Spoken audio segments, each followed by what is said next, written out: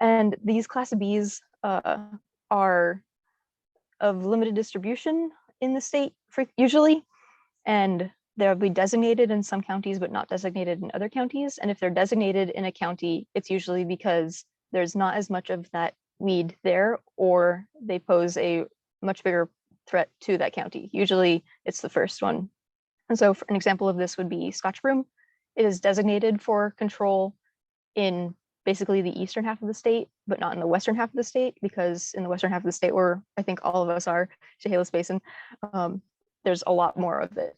And so would be not economically feasible to really control it, whereas it would be economically feasible to do that in the eastern half of the state. The last of the classes is class Cs. These are usually pretty widespread, pretty difficult to completely control. Although counties can select these for control, they are under no obligation to do so. So an example of this would be Canada thistle. The next type of list is the monitor list, and this is not a legal list at all. This is just to gather more information on suspect weeds, potentially to list them in the future. And there are sponsors of each species that gather the information and sightings of each species that are on our monitor list. And then we can decide what to do with that information if proposals come through, or we decide that it's really becoming a problem.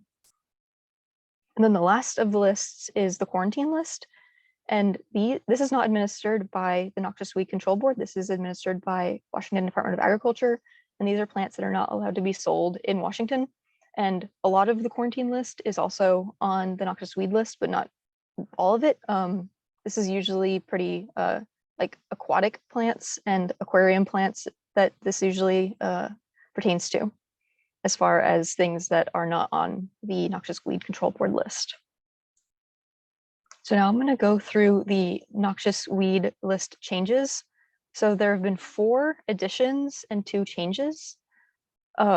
Most of those are going to be to class B, so they're designated in certain counties and not others. And then the changes I'll go through as well. So the first is hanging sedge. And it was listed as a class B, designated everywhere except for King County, just because they have a lot. They're still working on eradicating it. They just aren't there yet. It just has really seemed to take hold there the most. So they're working on it, and the rest of us are going to keep an eye on it to hopefully it won't spread. And it spreads through riparian areas, now competes native plants, and it spreads by seed and also by rhizome. It's a pretty unique looking sedge. As far as sedges go, it has these long drooping leaves and these long drooping like catkins of their seeds, the spikes of seeds and flowers. Those flowering spikes can get like up to 1 foot long, so that's pretty big. And they're a really unique looking sedge. They get very big, 8 feet tall and really just as wide, and they grow in clumps from those rhizomes. They grow all along the western seaboard, it seems. So far, they've really only been found around Puget Sound, as far as official sightings that have been documented by herbariums. They've also been found in California, Western Oregon, British Columbia, and they're native to Europe and the Middle East and North Africa. To control it, you'd want to dig it if you can remove all rhizomes. And then you'll want to do mulching and replanting on top, and also further follow-up maintenance. There's no biological control approved in Washington state currently. And right now, the city of Portland is using 2% glyphosate with Agridex as a control method. But really a mix of control methods is recommended. And anytime I mention chemical control, always make sure to follow the label directions as well as local regulations. So that goes for every one of these species when I go through chemical control. The next one is rough chervil, and it was also designated statewide except for King County. That picture there is of rough chervil in King County. So once again, they're still working on controlling it. It's just is a lot bigger population there than it is in other parts of the state. And it spreads quickly through woodlands. It forms a really dense patches, especially after disturbances. It's herbaceous and spreads by seed. It also causes skin irritation and can be toxic to livestock. So like a lot of other things in the carrot family. It can grow up to 3 feet tall. It looks pretty similar to other native chervils. Its leaves are similar to parsley or cilantro, and they have small flat hairs on them. The stems and branches are mostly green, but they do have purplish blotches and spots, and they are also lightly covered in flat hairs. It doesn't get as big as like hemlock, so that's one way, but you can tell it apart, but it still has the purple blotches. It has that pretty umbrella-shaped cluster of flowers on the top that is each made of very many small flowers. Each has about 5 petals that are heart-shaped, and you have to look up pretty close to see those. And the seeds are a pretty typical like carrot-shaped seed. It grows in wet and shaded areas, especially forests and riparian areas where there's been disturbances. It's been found in Western Washington around Puget Sound mostly so far. It's also been found in Oregon and British Columbia, and it's native to Northern and Central Europe. So to control it, you'll want to remove all roots, and you'll want to wear gloves while you do that because of the skin irritation problems with it. And then if you're going to do mowing, you'll want to do repeat mowing, like multiple times, multiple years, when the seeds are not present, so that you don't spread those seeds. Chemical control is currently unknown. The hairs on the stems and leaves means that you'll have to use surfactants if you do choose to use chemical control. You also want to, of course, choose carefully with selectivity and timing, and also follow label directions and local regulations. The next species I'm going to go over is wild basil. It was designated statewide except for Skamania County, and it quickly outcompetes all forest ground cover, creating a monoculture where that's the only herbaceous plant in the understory. It does this really quickly through rhizomes and seed. It's in the mint family, and it's perennial. So from pictures, you might think it kind of looks like dead nettle or self-heal, but if you really were to see them live in person, like they don't look like dead nettle or self-heal really at all. They grow 18 inches to 28 inches tall, and the leaves are kind of basally. They're hairy, kind of a pointed egg-shaped, growing in opposite pairs along the square stem, and they have very shallow, blunt serrations, maybe just a few, not very many. The stem is very hairy as well. The flowers grow in these dense clusters of pink and purple flowers at the top of most of the leaf pairs, and they're that typical mint shape of being kind of face-like with 2 lobes below and a lobe and 2 lobes above and 2 lobes to the side. The calyx of the calyx of the flowers will stay behind as the flowers age and hide the seeds inside. They'll age to brown, and they're really pokey and very, very hairy. They're found in a variety of habitats, especially in Europe. They're even endangered in some parts of Europe. But here in Washington, they've so far really only been found in drier parts of forests on the west side and disturbed areas near those forests. It seems like they were potentially in a seed mix used by National Forest Service or someone when they were doing plantings after logging, because so far they're really only in forest areas heavily, but they spread really fast in disturbed areas, so it can be a real problem.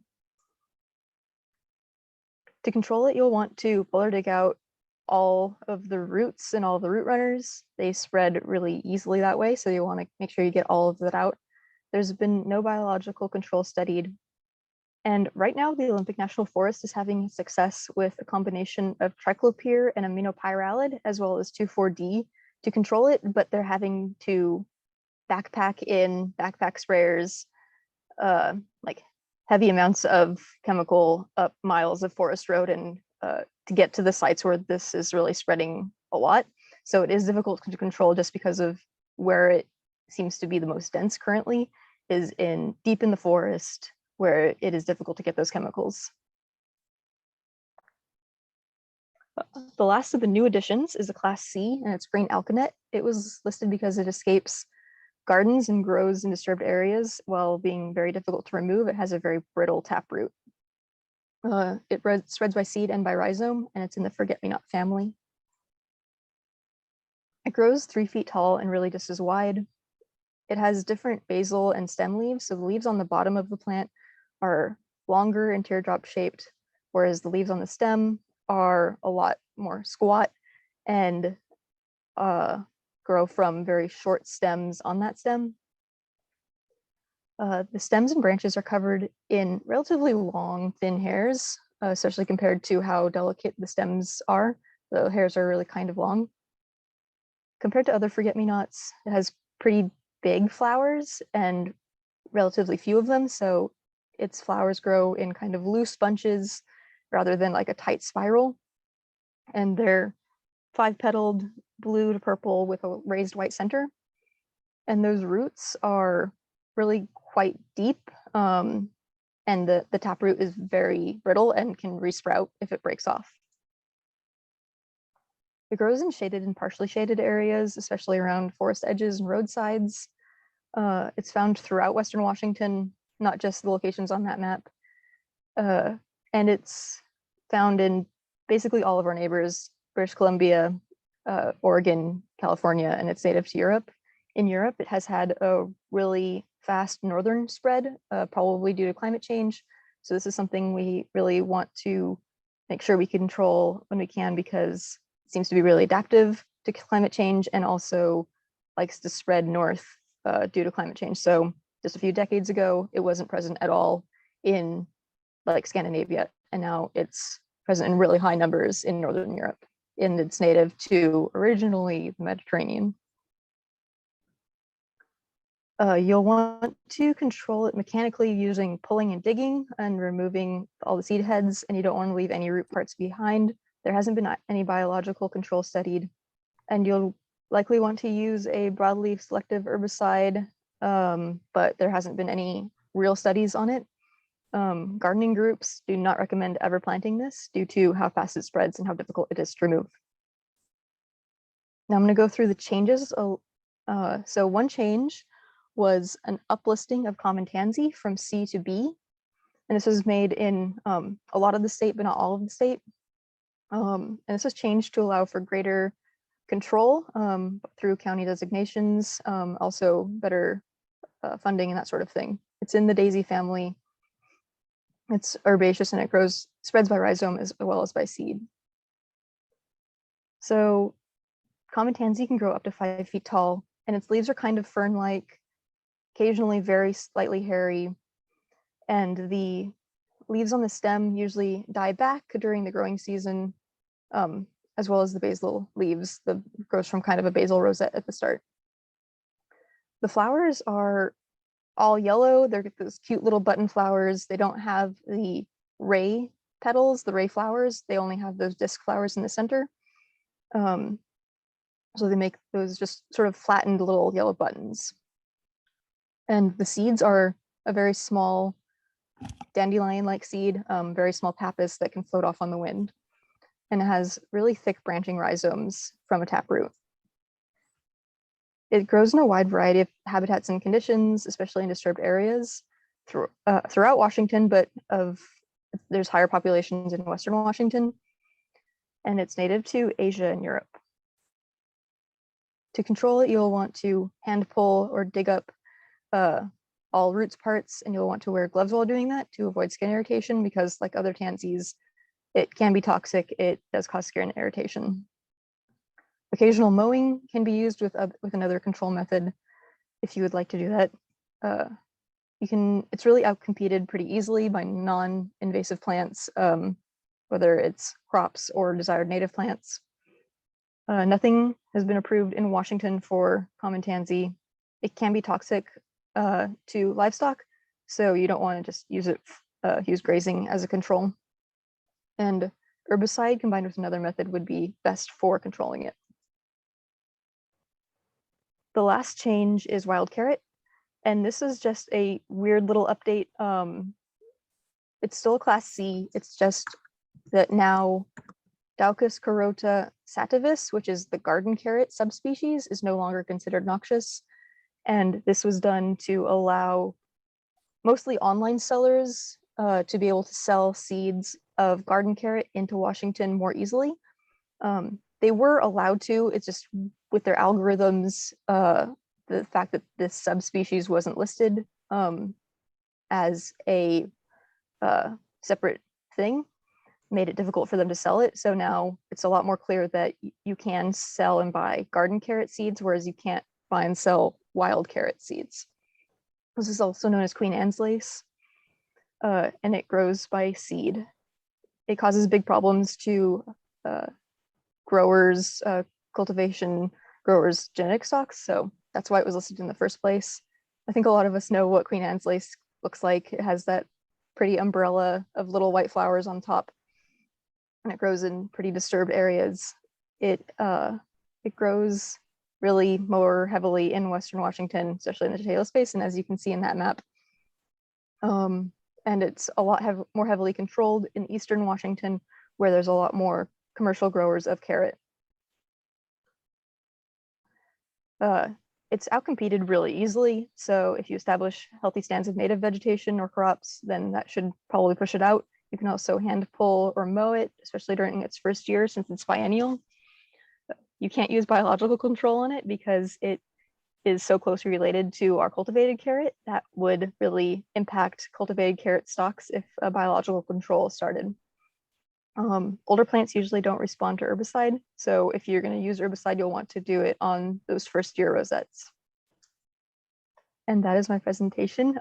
Please send me any questions you have or ask them now. Also, please send me questions you have about the laws and regulations so that I can forward them to Mary.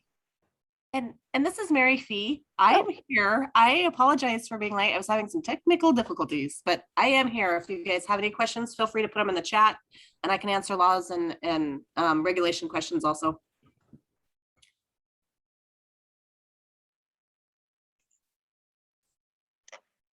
All right, does anybody have any questions for Anne or Mary?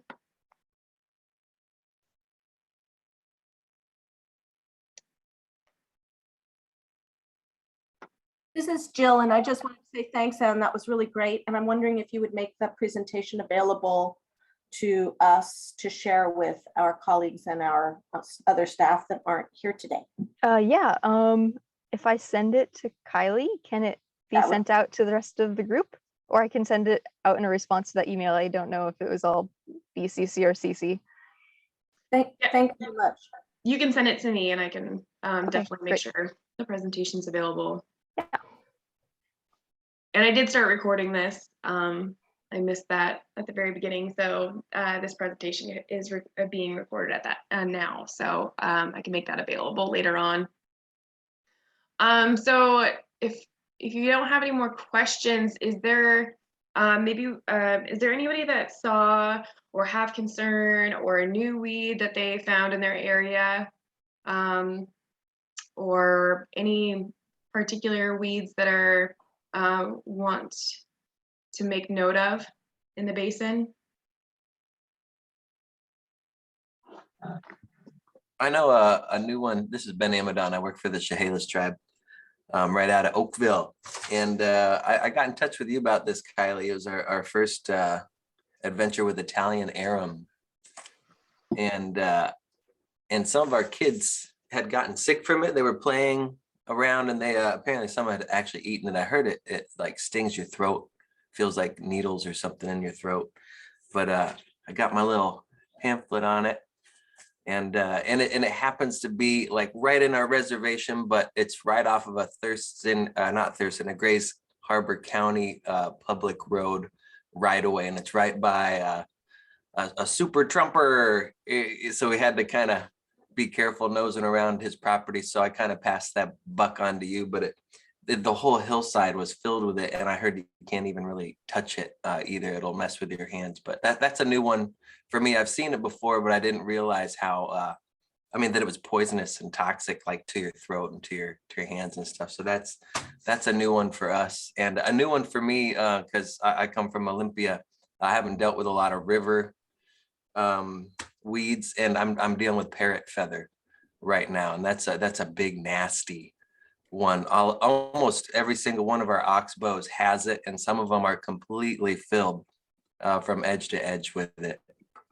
And going to look for it all by myself, I found a lot of big bear scat and footprints everywhere. So it's a little crazy looking for it. But those are two that are on my radar right now that are kind of new.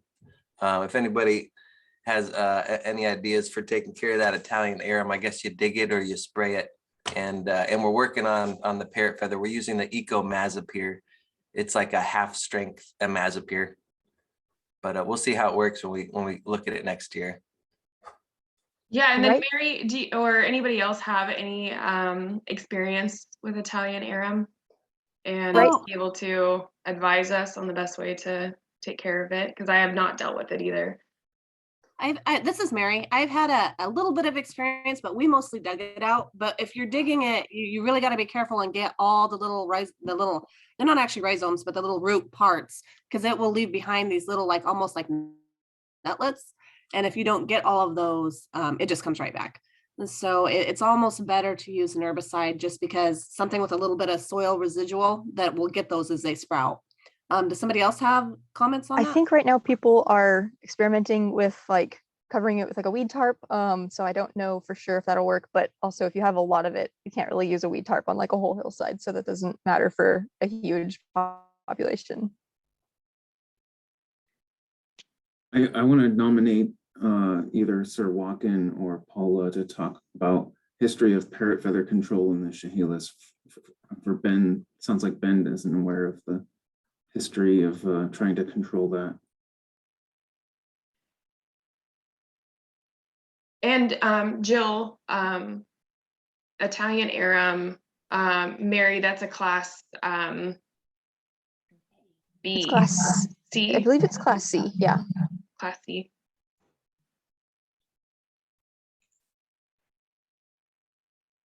I was just going to say, was hoping that there could be a really serious response to that, Ben, so that it does not spread, because obviously while it may be a class C in some counties, many counties don't have it at all. So it'd be awesome.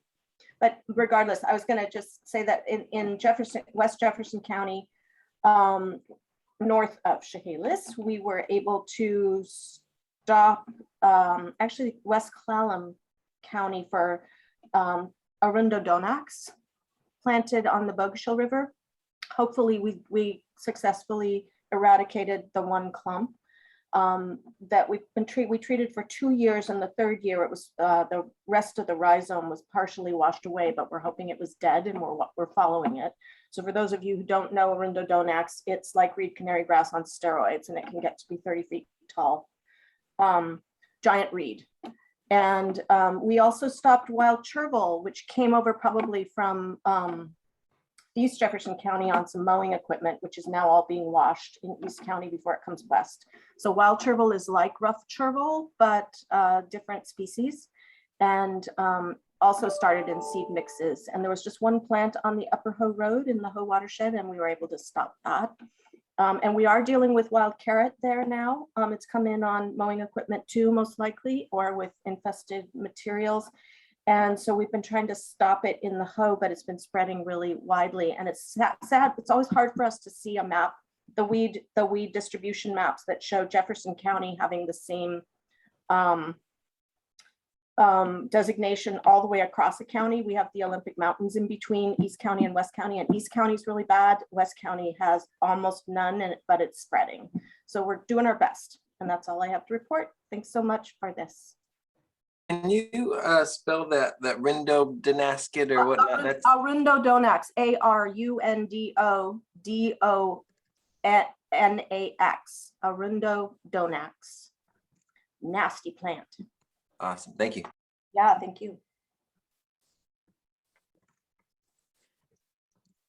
And then before we jump into parrot feather, Cassandra has Does anybody have any experience controlling rat-tailed fescue?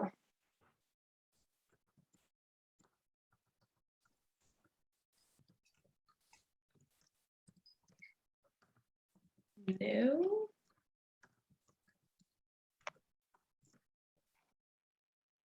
I guess I would ask what's the level of infestation, because I feel like I've seen that around a lot, but it's pretty innocuous. Cassandra, do you want to elaborate or unmute yourself?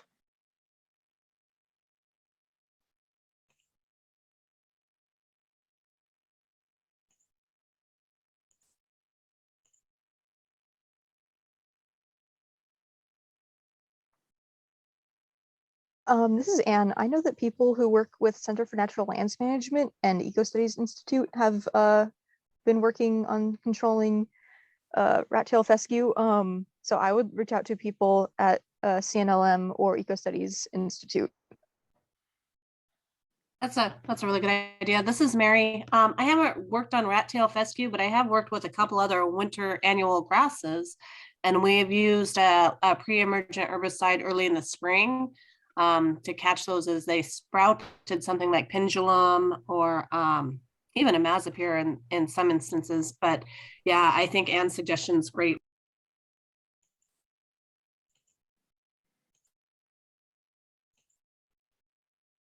Okay, well, I know that parrot feather is definitely a topic of discussion. And so with that, does Paula or Lauren want to come on and talk about experiences or the surveys that you have?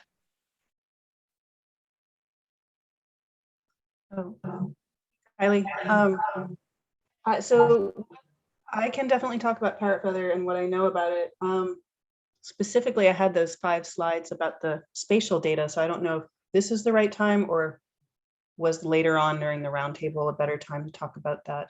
I think that's a fine kickoff to show what you have and your history with it, and if you want to dive in, and you have capabilities of sharing if you're ready to. Sure. Yeah, I can do that. And did Paula? I didn't want to jump in, and actually, if Paula has anything to weigh in, I can. It'll take me a minute to get the presentation loaded. So. Sure. Okay. Hi, everybody. I'm Paula Cracknell, and I'm the Aquatic Resource Specialist at Thurston County. And we have had a really long-term relationship with dealing with parrot feather and also Brazilian elodea along the Chehalis River.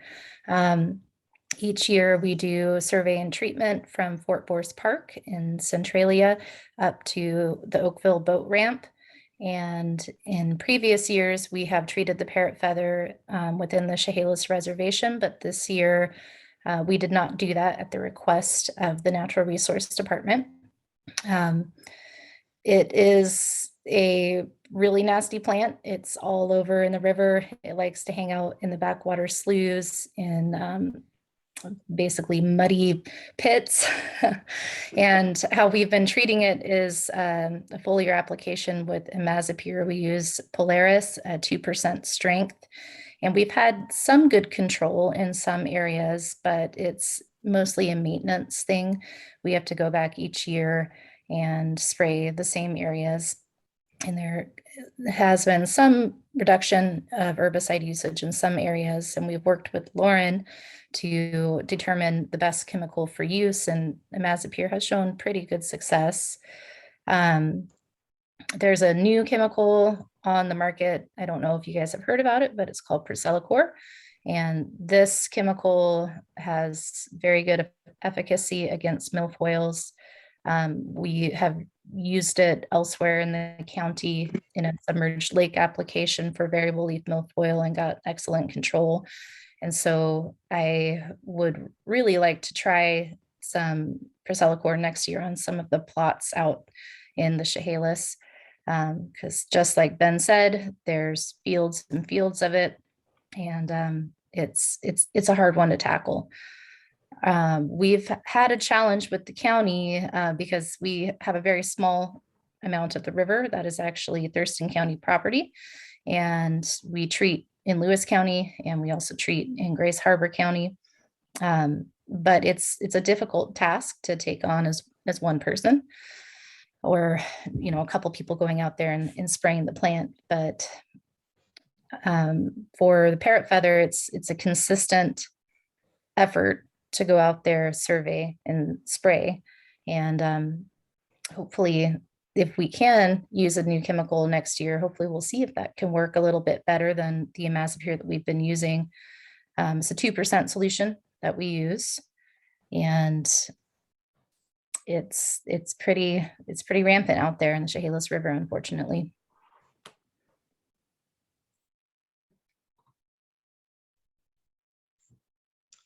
Okay. Did you use Priscillacor? Sorry, Laura. No. I'm wanted to yes, I was thought, yeah. No, I'll wait. No, we did not use Priscillacor this year. This year we used the imazapyr, but it's a plan in progress to try something else next year and see if it works. It's hard because the parrot feather has a huge part of the plant that's underneath the water. So what you're treating is just, a thumb of the plant sticking up.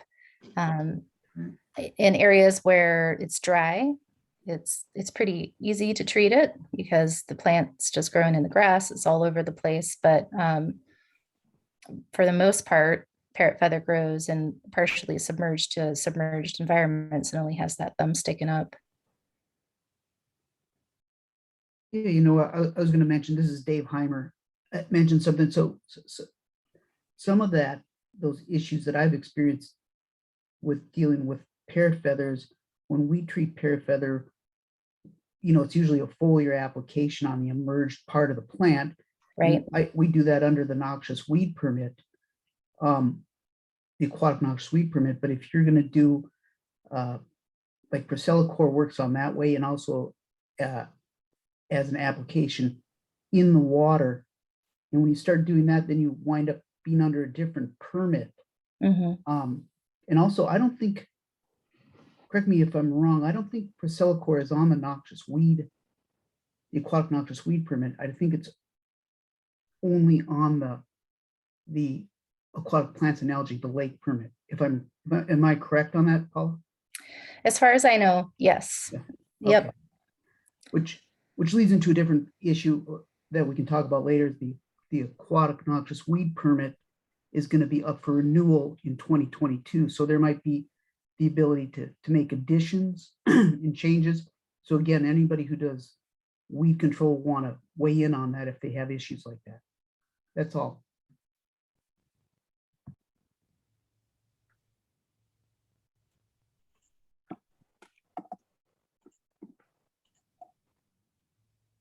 I feel like we should say over and out. So Lauren, you want to take over? If there's, yeah, I'm ready anytime. So Sure, go ahead, Lauren. I'll let you call it and tell me when to go. Go ahead. Okay, I'll try and hopefully I can share my screen. Yeah, so actually probably a lot of people don't know me. My name's Lauren Keeney and I'm an environmental scientist, research scientist. I spent a lot of years working at the UW doing invasive plant work along the Chehalis River with a focus on parrot feather, but also I work on native fish and also invasive fish.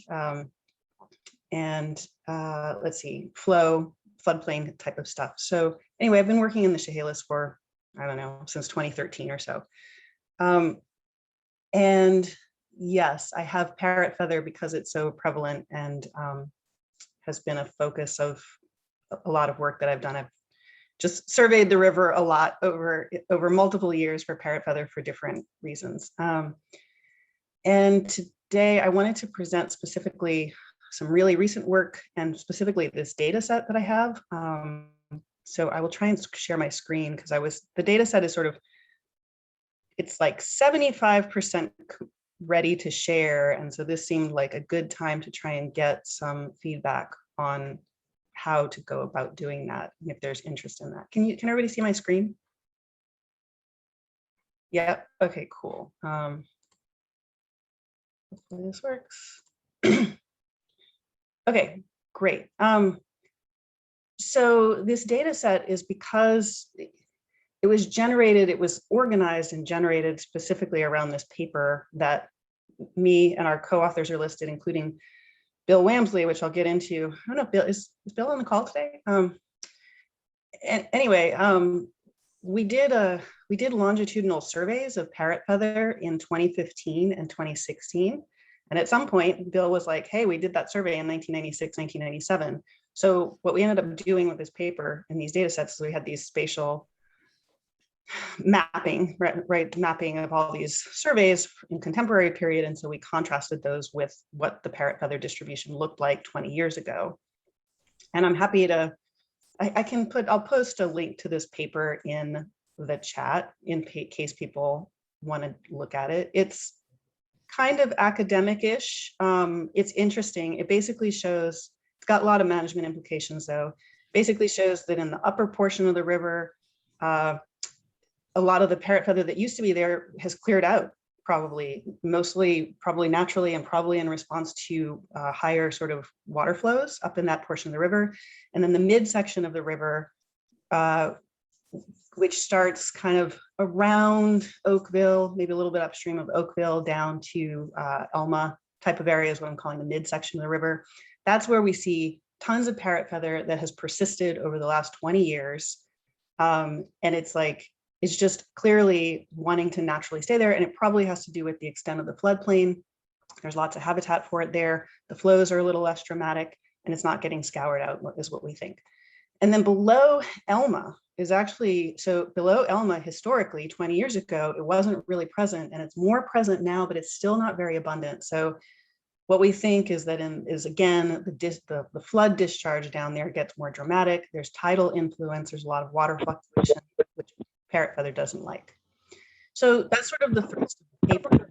I'll put a link to it in the chat. But basically, because of this paper, we now have these spatial data sets that are really well organized. And I'd like to get them, just kind of finish organizing them for sharing and publishing so that if other people need or want to use them, that's what I want to do. So anyway, we have this new paper. It has longitudinal surveys that go from Chehalis to Montesano in 2015 and 2016. And then we also do have the 1996, 1997 ones that Lewis County and Bill Wamsley spearheaded. In those, parrot feather presence and absence are mapped as both waypoints, but then they're also mapped as polygons, which I'll show you in a minute. One thing that's important to remember about this data set is that we were by canoe. And so we were only stopping and looking maybe like 50 meters off of the main stem river. So we were looking in adjacent floodplain habitats, but if it's places that are like oxbows, we wouldn't probably not have detected those. That would have been unlikely. Okay, great.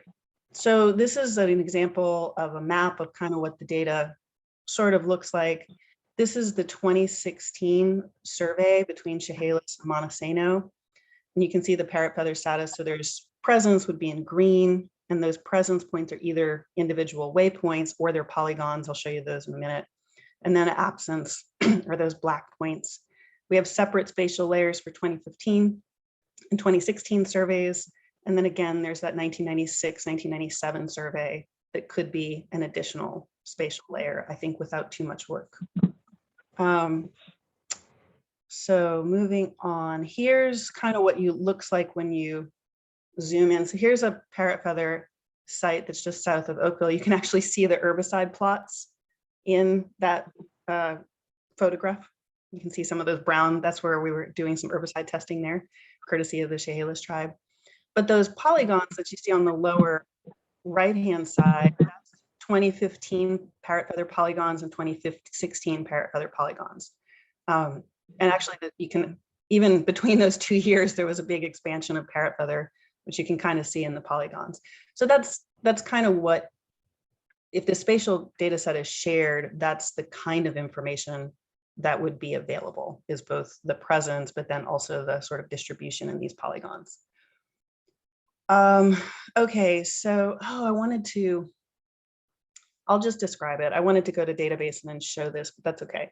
So my thinking right now is to create a data set and share it on Basin, which is a place to share spatial data for research purposes. And I'm showing you an example of a different data set that we just published on Basin, which was for Olympic mud minnow, where there's those points, and those are presence absent points for Olympic mud minnow. And then there's also a habitat suitability model there. And if you go on Basin, I can also post a link to this so that people can go in and play around with that if they want. But if you go to Basin, it opens up in an ArcGIS interface. So you can zoom in, on individual points and sections within Basin to view areas. But these data sources can also be downloaded. So if somebody wants to use them to update a survey area, or they want to use it for research or anything like that, then they can download the shapefiles themselves. A project can have multiple layers. So for example, we could do a 2015, a 2016, and then a historical data set. We could do waypoints and polygons, and then it can be explored or it can be downloaded. So that's currently where I was thinking to share it. However, feedback would be great. I know there's, which I'll get into in a minute. And then because these will be downloaded, there's some attributes that go along with these records. So the data tables, there would be a waypoints table, which is for small patches and individual plants. It would include things like the date of the survey, the site ID, whether it was present or absent, percent dry, percent cover, and any notes. And then the polygons would be for parrot feather patches larger than about 3 meters squared. And that just gives you the perimeter of the polygon area survey date. So that's where I feel very strongly that, we do these evaluations, we do these surveys, we do this research, and then that data sometimes gets lost to time. And thank God, like Bill Wamsley kept his survey data, because I had something to contrast it with 20 years ago. So I'm thinking into the future, not only for management purposes, but for keeping track of this stuff for the future. So that's where I guess I'll go ahead and stop sharing my screen. So if people have feedback or questions or anything like that, one thing around data sharing that I'm a little bit concerned about is that, especially along the river, it gets sometimes unclear whether I have permission to survey these areas, whether they're on private land or not. And sometimes along the river, it gets sort of like, is the parrot feather in the right of way, or is it in someone's private land? So that's something to consider. Otherwise, yeah. Questions, comments, feedback?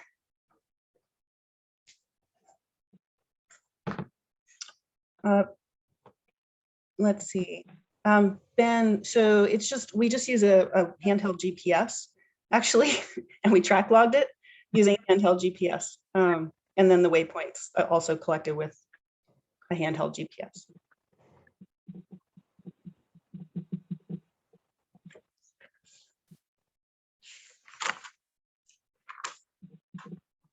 That gets, Lauren brings up, this is Heimer again. This brings up the point Lauren brought up with me separately about, again, saving that data in a place, for posterity. I've been at this since '96, and there's all sorts of stuff in boxes in my basement that I'm not telling you about right now. So we'll have to talk about that some other time.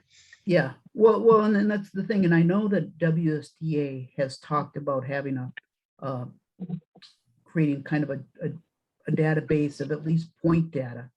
But again, maybe it's worth bringing it up again to get people thinking about where to put stuff. Mm-hmm. Yeah. Yeah, there's also a app or a website, Eds Maps for. It's mostly point data. I need to check into how well it can take in more comprehensive survey data, but it can collect and accumulate. It's intended to aggregate point data. Well, let me ask this question too, because I brought this up with you, is that I know that sometimes weed data gets sensitive. The weed boards, might collect it on private property, and they want to maintain that working relationship with the landowner, let's say, to do the weed control. Totally. And they may not want to publish that data, in a way that the whole public gets to see. I mean, is that still an issue with the weed boards, at least that in this talk?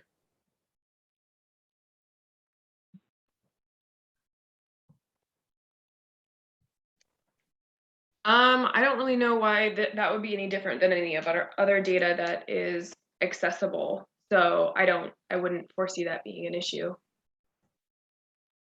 This is Jill. After having spent a lot of years with the Olympic Weed Working Group, it's come up many times with Clallam County, Jefferson County, and others that for small private landowners and required for control plants, you don't want to have it publicized in a database.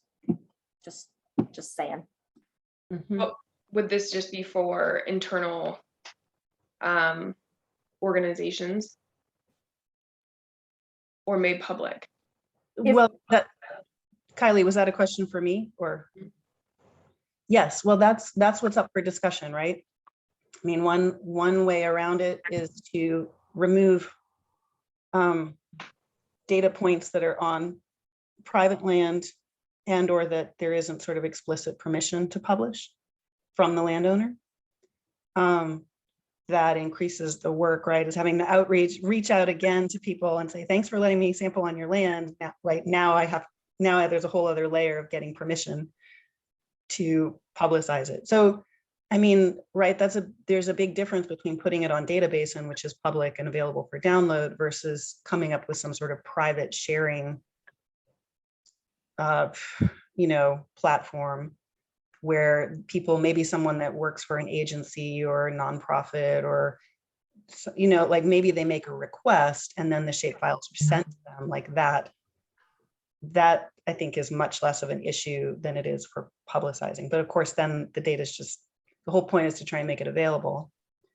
The other possibility is to remove data points that are on private land. Hey, this is Wendy with Department of Ag. I know that EdMaps has a way to post coordinates or location data where you can mark them as private. So GPS information won't be shared, but you can still have a record of it. And then Department of Ag also has a weed map viewer through ArcGIS that has essentially the same feature. You will have a point, but as you zoom down in, the point will go away. So you can't tell exactly where that point is located, just for landowner privacy. So there are a couple of ways out there to maybe work around that. Yeah, and are both of those apps that are both of those apps, are they kind of, like I'd love to publish polygons, because those are sort of for sort of posterity and for research and allows you for abundance. It's like gives you metrics of abundance. Sure. I think the ag feature, I think both of them are more point data, but that I think polygons can be entered as well, but it might be something if, for a project like this doing research or control, that then they reach out directly to the entity to get that polygon information. Okay, all right. I will follow up with both of those apps. Okay, I can send you a contact for ag too if you want, Lauren. Yeah, that would be great. That would be.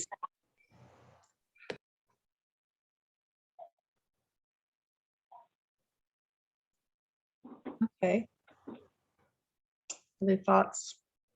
Yeah, Paul or Todd, do you guys have any more input about the parrot feather or comments or concerns?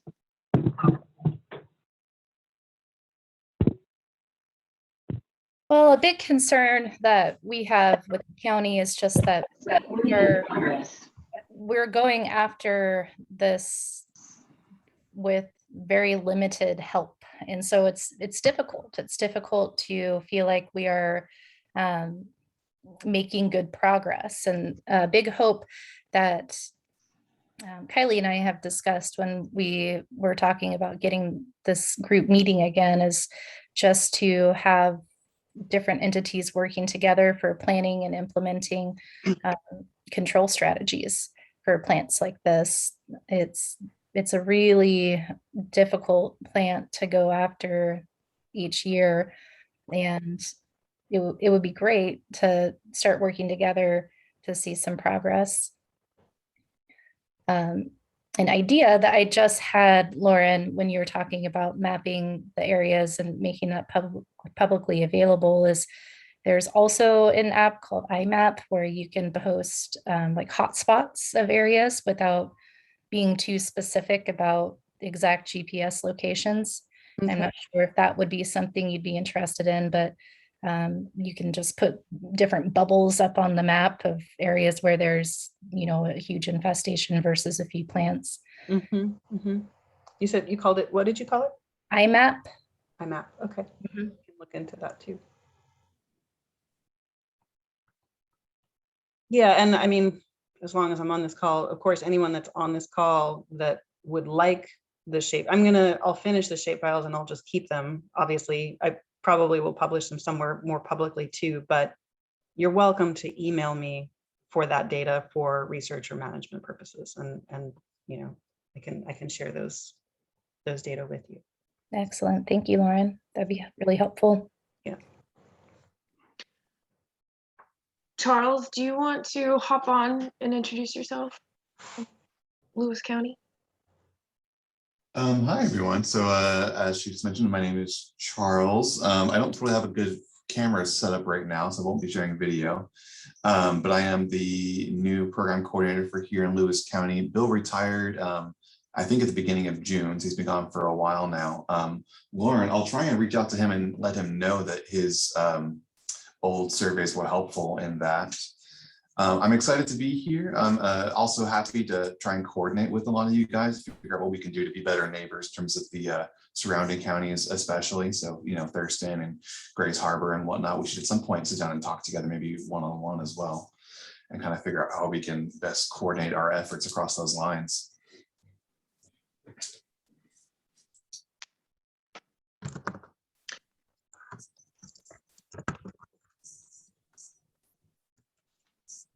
So when it comes to the parrot feather, who all would be within that group to be focusing on this? So we have Paula, and we have obviously myself, and Charles. Todd, what are your thoughts on that too? Ben?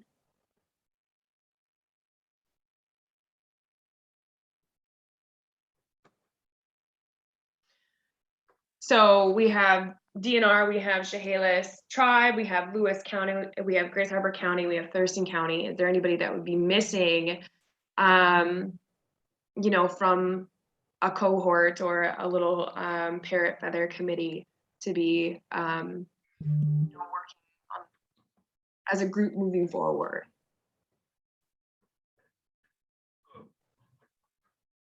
Am I missing anyone? We can potentially be involved here at Grays Harbor CD.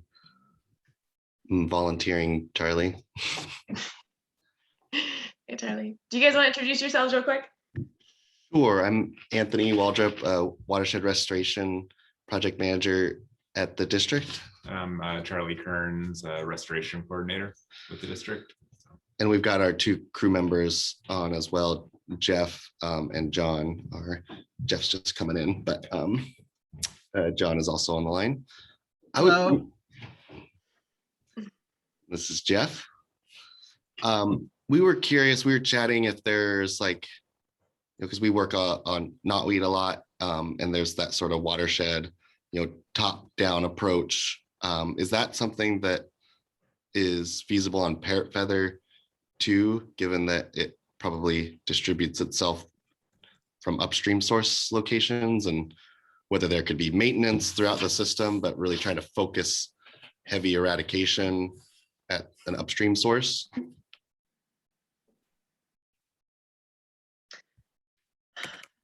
Paula, do you, I know that you've mentioned you have the source, you know, or the most upstream parrot feather is?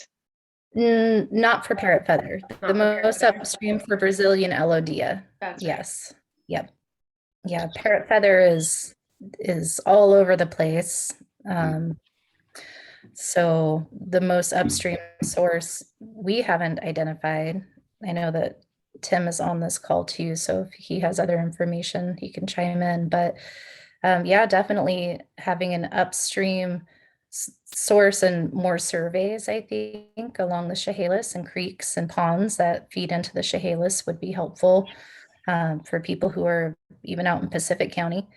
Because if you can have a heavy control at upstream sites, then this plant can spread by fragments. So it will certainly reduce the chance of transmission of the plant further downstream. But a big challenge on the Chehalis River is that the river floods a lot, and the flood basin is quite large on the river. And so really what I think it's going to take to be able to make a difference in the parrot feathers, just to have multiple people investing some time even in just surveying the plant and collecting points. And hopefully we can go in and try a different chemical, try the Priscillachlor and see how that works, and see if we can have some efficacy in some areas and use it in other parts of the river. Priscillachlor has a very low tox profile, which makes it a really desirable chemical to use. And if it works good, then that's excellent. But what we need to make a difference in this system is a collaborative effort through multiple entities and people to be working together on this plant. Yeah. Yeah, it seems like a hard plant to have to find that sort of hope factor of like, okay, here, like it's like, here's how we can make progress. It's one of those Sisyphean tasks of maintenance. And yeah. From what I've gathered, it's been the main, or one of the, reasons why this group came together for however many years now. And with the parrot feather, so, organizing this smaller group that, has skin in the game for the Chehalis River and the parrot feather, do we want to just go ahead and throw Brazilian alodia in there with it at the same time, so that this group or everybody that's working on the Chehalis River that are just, focusing on those two? What are your guys' thoughts? Yeah, I think that would be great. Kylie, I wanted to jump in really quick. I had a couple more thoughts on parrot feather. What Paula suggested about the Priscillachlor is a good idea, because I've done a lot of herbicide testing, and I've also summarized all the herbicide testing that's out there for parrot feather. Imazapyr is the best, but even if you treat it year after year, you can maybe expect 20%, maybe 25% reduction from one year to the next. That's like optimal scenario. And if you consider it continues persisting. So like Paula said, it's very, very difficult to kill the rhizomes. You can kill the foliage, but the rhizomes will just return year after year. That said, I think that there's a lot of case to be made for, I have a hope factor to offer, which is that it does not like flood. It doesn't like flow. It doesn't like high water. It doesn't like water fluctuations. There's also the Chehalis River is very dynamic, and the channel is migrating all the time and filling in. So we've seen parrot feather disappear naturally over time simply because wetlands are filling in. And as long as it's not allowed to colonize new places, then you can see disappearance over time from sections of the river, sort of taking more of a maintenance approach or a maintenance strategy. So environmentally, the Chehalis River isn't optimal for parrot feather in some ways, because it has such big floods that scour things out. And you have this wetland filling going on. So I think that thinking about longitudinally, like thinking about treating those upstream areas, trying to clear it out and eradicate it from upstream areas is a great focus. And then also keeping it clear from downstream areas. There's some environmental controls, environmental filtering and help that's going on. I want to say that the data that I have off channel is not very good. So if a new survey was done, which I think is a good idea, it's probably a really good time in the next 3 to 5 years or so to do a really comprehensive survey. It should also include oxbows. It should also include the off-channel areas, not just the main stem and adjacent areas, because it's like, I know what the distribution is along the main stem, but that lateral distribution is harder. And WDFW does have some data on that, because they do make note of parrot feather when they do their stuff. So that's a couple things that I just wanted to follow up with on parrot feather. I also think it's a great idea because to combine the two, LOD and parrot feather, because they have similar habitat requirements, you'll find them in the same places. LOD is more flexible, it can tolerate more flow, but it's still going to be in the same, there's going to be a huge overlap of Eladia and parrot feather.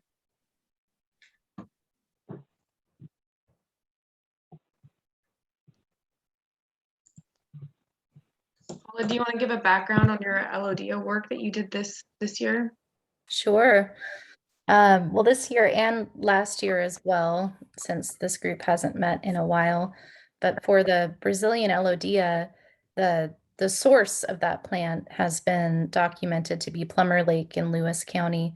And prior to your tenure here, Charles, I have had lots of conversations with Bill to devise a plan for really going after the source of emission.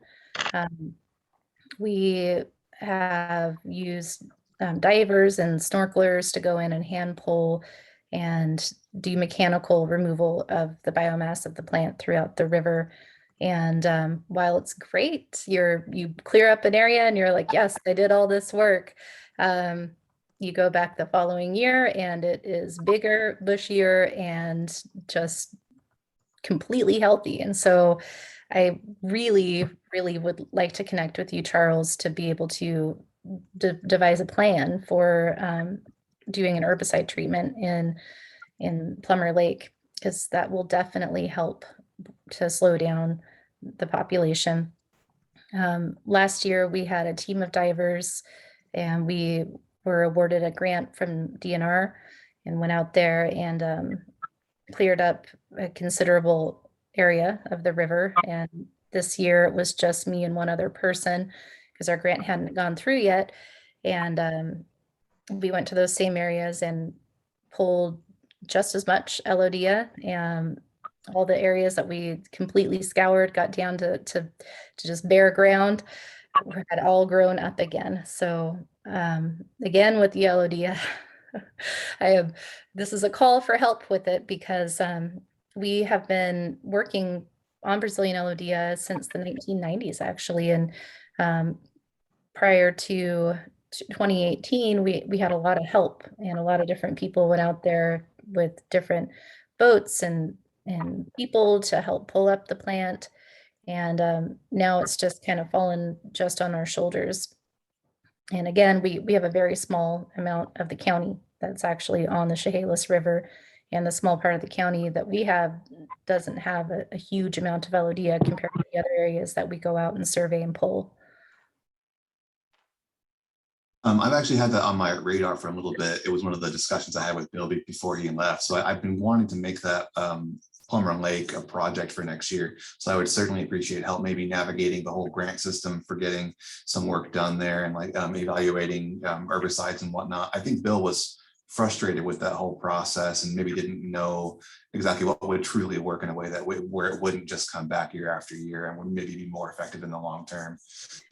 So I would definitely appreciate some help evaluating that and figuring out the best way forward, maybe making a management plan, and especially if you have access to divers and whatnot. So yeah, please. Well, yes and no. We weren't able to hire any divers this year, so it was just me and one other helper who went out there. But I am absolutely, I would love to help you navigate the grant system and also different chemistries. There has been a new chemistry that's come on the market called Gallium, which has good efficacy against Brazilian Elodia, and again has a lower tox profile, because it's a work in progress, and it's definitely not something where you can go in and do one herbicide treatment and be like, all right, we're golden, we're good. What I have learned about aquatic herbicide treatments is that we have to be persistent in going out there and treating. So while it can seem daunting when you have a huge amount of biomass in the lake, it's impossible. It's impossible to pull it out. Once you get down into the lake, you can't see, for one. So you're just kind of pulling, putting stuff in bags, and when you do a herbicide treatment or even a lake drawdown, who knows? There's lots of options that we can explore, and I'm excited to talk to you about it.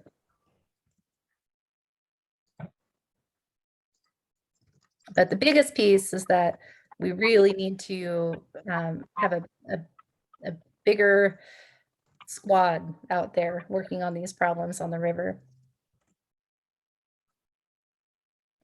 Let's have a meeting about that at some point. Okay.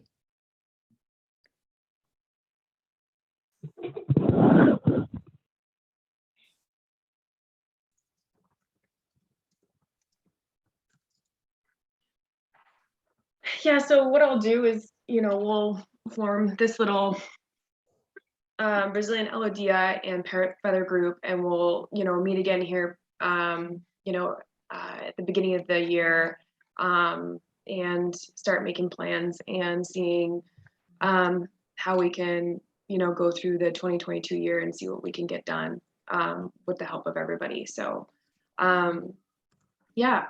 Does anybody else have any more on this section? Does anybody have, we're getting close to our break time, but we have plenty of time to continue these conversations. This is what I carved out this time for. So, how about we take a break right now? Is that okay? Does that sound good to everybody? And then we can go, when we come back, we can do a round table.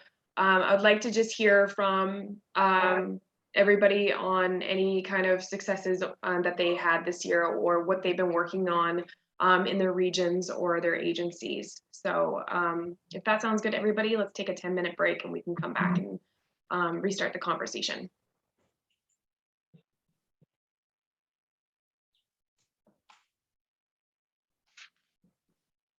Good. All right. All right. Well, I'll see you guys all back at 10:05.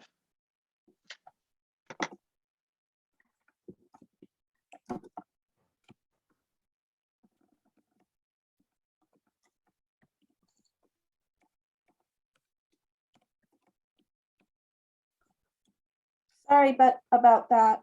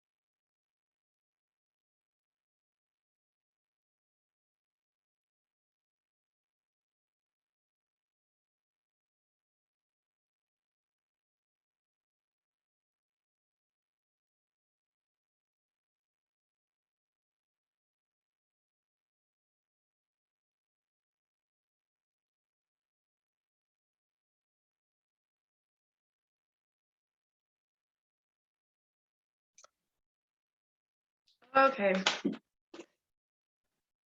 Everybody's back. So at this point, I'm hoping that different areas or agencies, districts want to chime in to just give us roundtable, update on projects that you were focusing on. It could be this last year, it could be the last 2 years. Does anybody, do I have any takers to just offer up to start?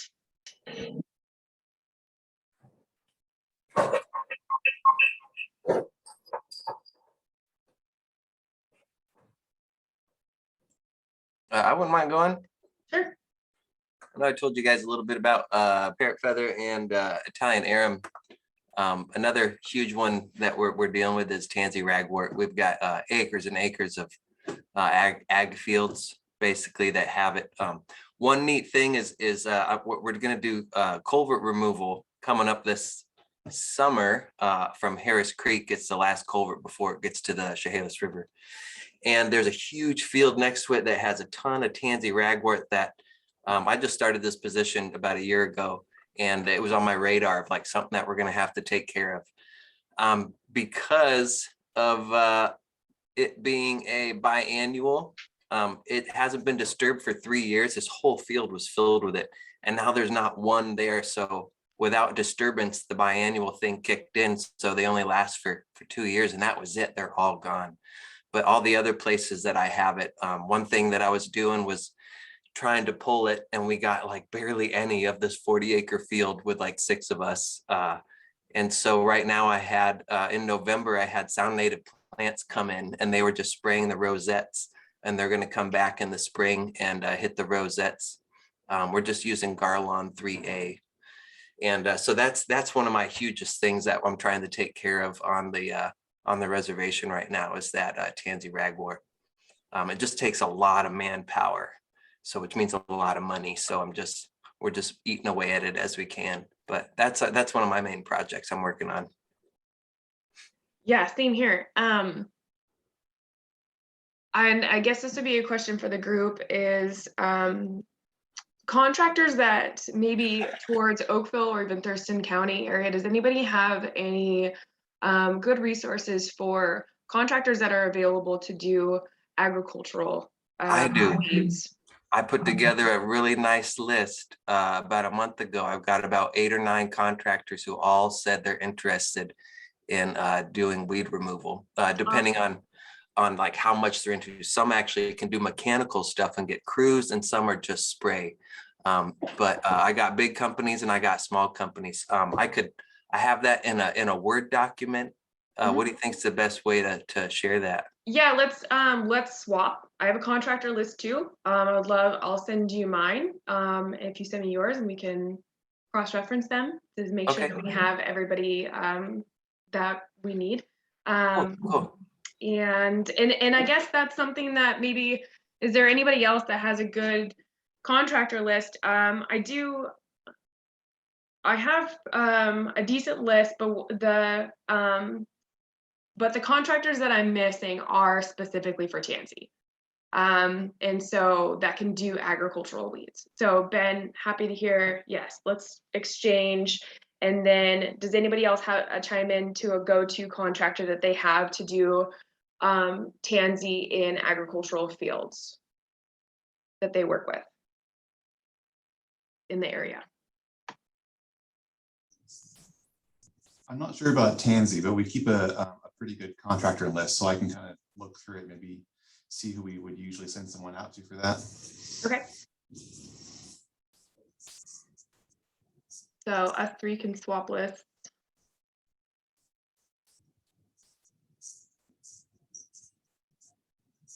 And then earlier this year, I got to know Ben by working on some poison hemlock on Chehalis tribe land, and also Grace Harbor County. So we will continue to work together on getting that poison hemlock taken care of, and targeting some other spots in between Elma and Oakville area.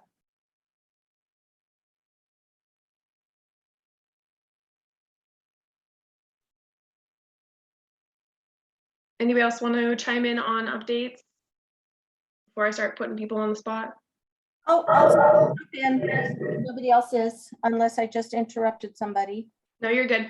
Okay, so I'm going to focus on what we're doing down southerly, not Jefferson or Clallam County, where we're most active, but we're also working in Grays Harbor County with you, Kylie, and with Linda Kunze and other folks, Cheryl Bartlett at the Forest, providing extra crew to get some work done. So we've been working at Griffith's Pride State Park on lots and lots of Scotch broom. Here, let me put my video on so I can be actually in person. Hi there.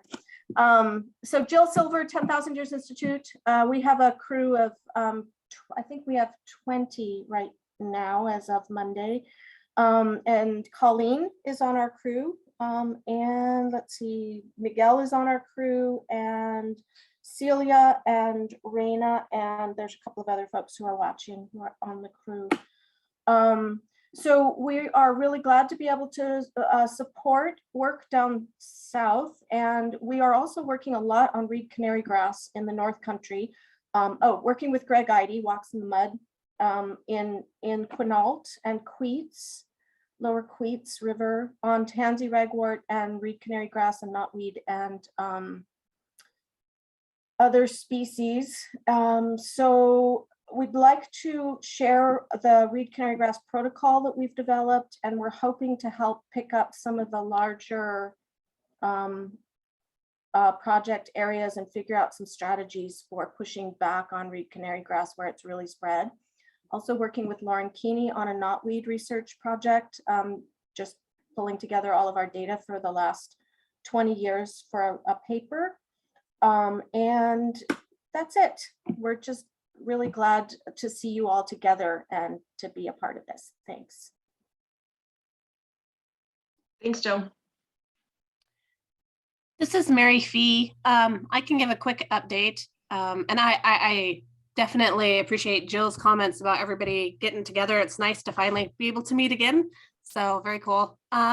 From the State Noxious Weed Board, we've been partnering with the Washington Invasive Species Council and a couple other people, I think Jennifer Andreas's program and some others, for Tree of Heaven outreach and education pertaining to spotted lanternfly. And I think that's really important to keep in mind in the Chehalis Basin and everywhere. If you do have Tree of Heaven, to go ahead and report that. Where the spotted lanternfly is getting closer to Washington, although I'm not sure we've had an actual case here. I don't think we have. But it's something to note. Spotted lanternfly can be detrimental to agricultural crops and trees, and it uses Tree of Heaven as its main source for reproduction. So we really want to know if it's out there.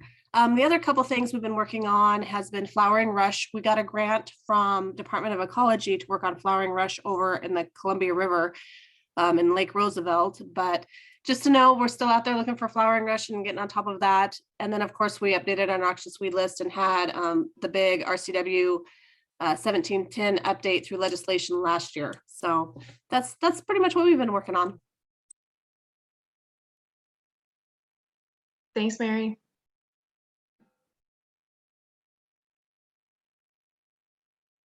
Anybody else want to hop in?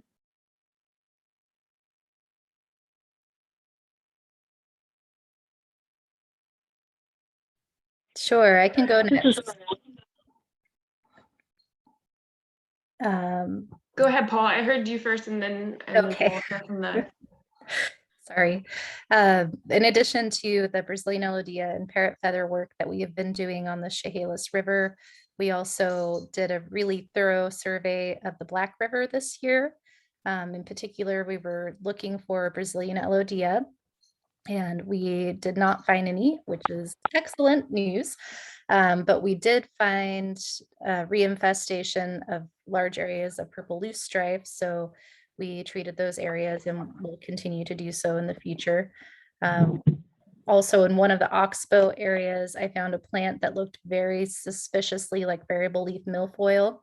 I'd just been out in Blue Lake in Thurston County, which is a known site that contains variable leaf milfoil, and the plant just looked pretty sus. So I sent it in for genetics testing, and it does not, which is also good news. But the purple leaf stripe on the river is a problem. Also, there seems to be an influx of nutrients in some of the areas on the Black River. It's been a couple years since I've surveyed that system, and this year there were areas where we couldn't even get through because the native plant populations were so thick. We were on kayaks, and even on kayaks, we couldn't get across this water just because there were huge fields of plants growing right in the river. But other than that, the Black River still looks really good, which is great news. And then for the Elodea and parrot feather, it's tricky with that project because we have a small portion of the Chehalis River within Thurston County, and we're working under this grant that we were awarded from DNR. Next year, our plan is to go in and do a bunch of mechanical removing, hire some snorkelers, start looking into Priscilla, and it's unknown what the county support will be able to be in the future for this project. But at this time, that's our plan moving forward, and that's what we've worked on this year. Thanks, Paul.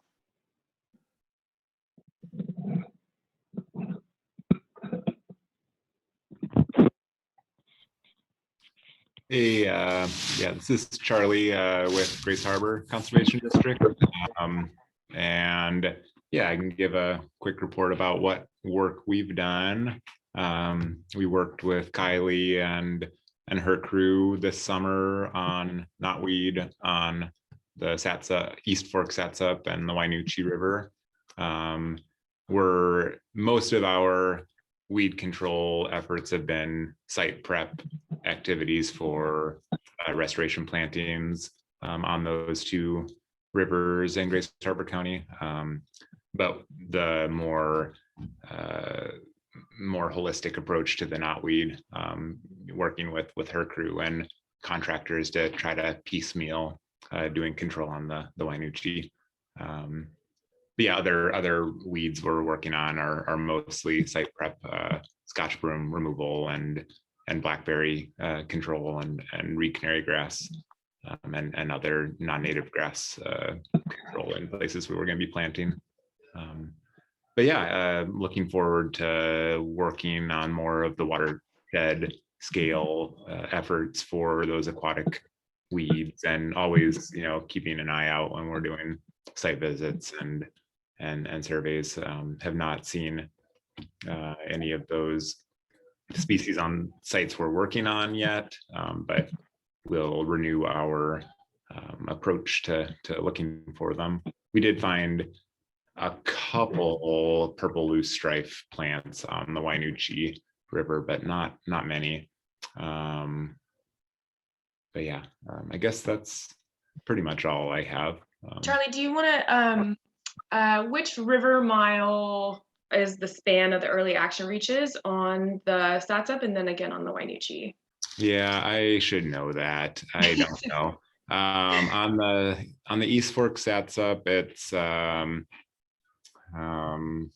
it's below Schaefer State Park and above the Highway 12 bridge, so halfway basically up in the reach. But I don't remember what river mile it is. Okay. I guess. And on the Wainuchi, it's directly above the Wainuchi-Wishkah bridge for I think 2 river miles or 2.5 river miles. Those are the ASRP early action reaches that we're working on all the vegetation management and restoration activities. And we should address that yellow flag iris that's on that. That is a concern, yes. Yeah, so we'll work together on that. Yeah, it's a good reminder, because it's one that I just drive over, and but yeah, we should talk about that. Yeah. Okay. Thanks. Sure.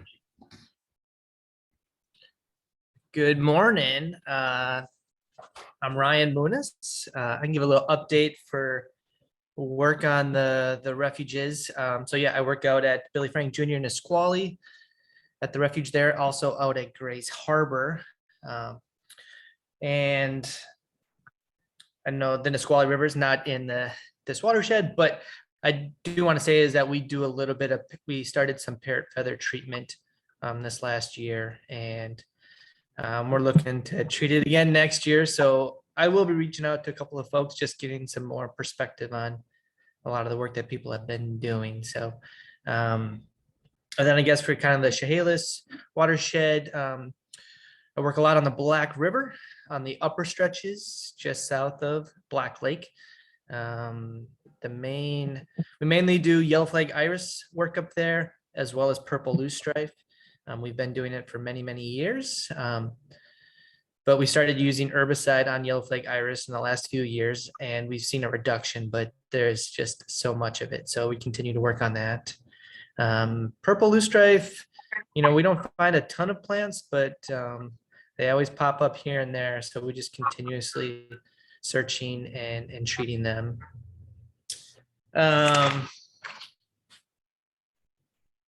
We do a lot of Canada thistle adjacent to the river on some old agricultural fields. That seems to be a challenging one that we just continue to plug away at.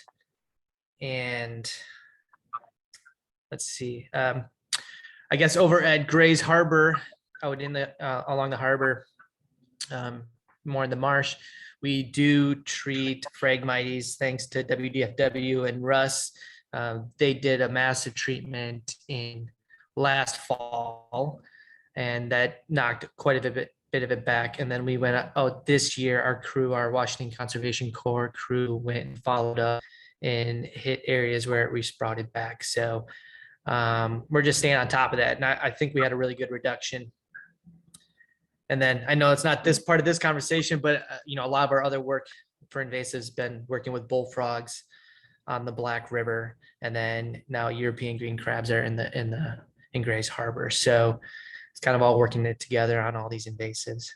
So that's just an update. But any questions, or if anybody wants more information, feel free to contact me. Ryan, how did you identify the Phragmites as the non-native one?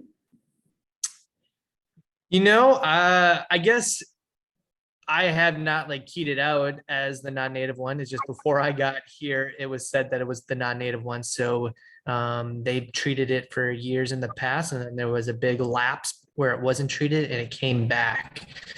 So then we decided to jump right back on it and treat it. What was the treatment? Mesopure? Oh, that's a good question. I don't know that off the top of my head because I didn't do the treatment myself. That was Russ with with DFW. So I can get back to you on that. I have it in my notes. I just don't know off the top of my head. This is Heimer again from Fish and Wildlife. Yeah, it was probably a Mesopure. I'm almost certain it was. Again, I believe that Phragmites at the site was keyed out because there are just a few locations with the native Phragmites. So again, we're cognizant that we don't want to be treating native Phragmites. So that was keyed out in the past, I believe. Also, I do have a question for you about the parrot feather treatment, because I know this was on my calendar to talk to you about it before you treated, which I never did this year. So I was always curious on how that worked out for you, what the challenges were. Well, first it was access, but then we figured out how to get in there and treat. We did most of it just by walking through the water.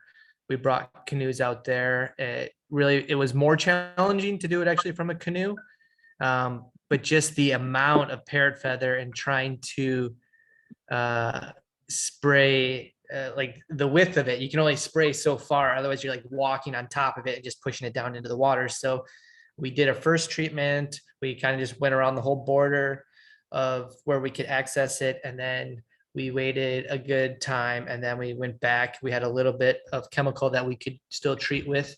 And so then we treated a little bit further in early October. So I haven't been out there, but our crew took care of that. I think, I will be working with you on the next steps on how to then address what's between the interstate as well as then now what's on JBLM as well, and as we go forward to try to shrink this whole feather mess. Hey, this is Wendy Descamp with Department of Ag. And just wanted to mention that Ag is still doing, I think, some genetic testing of Phragmites if you have a question about if it's native strain or non-native strain. So you can contact us and we can help you with that. But as pointed out, I think only one case of the native has been found in Western Washington so far. Okay, Wendy, I'll get in touch with you and we can check that, double check and make sure we're doing the right thing. Sounds great, Ryan.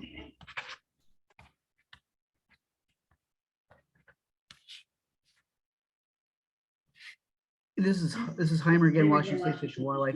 I think Russ Nunes wanted to present some stuff. He is going to be available later, closer to 11. So I just letting you know, putting a placeholder in for him. Excellent.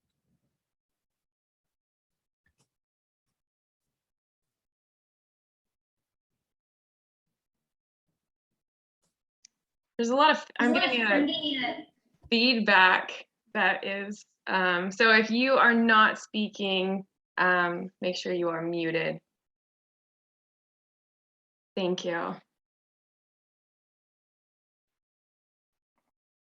Does anybody else have, Charles, over in Lewis County, your Kickstart year, do you have any updates? To be honest, I'm not entirely sure what to talk about here. I mean, we had just my first season here. I'm not sure how much of our work really happened inside the Chehalis River Basin, to be honest.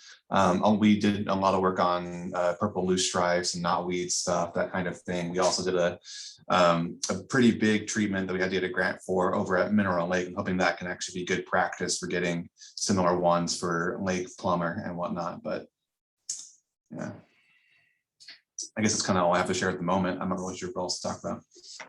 Nope, you're good.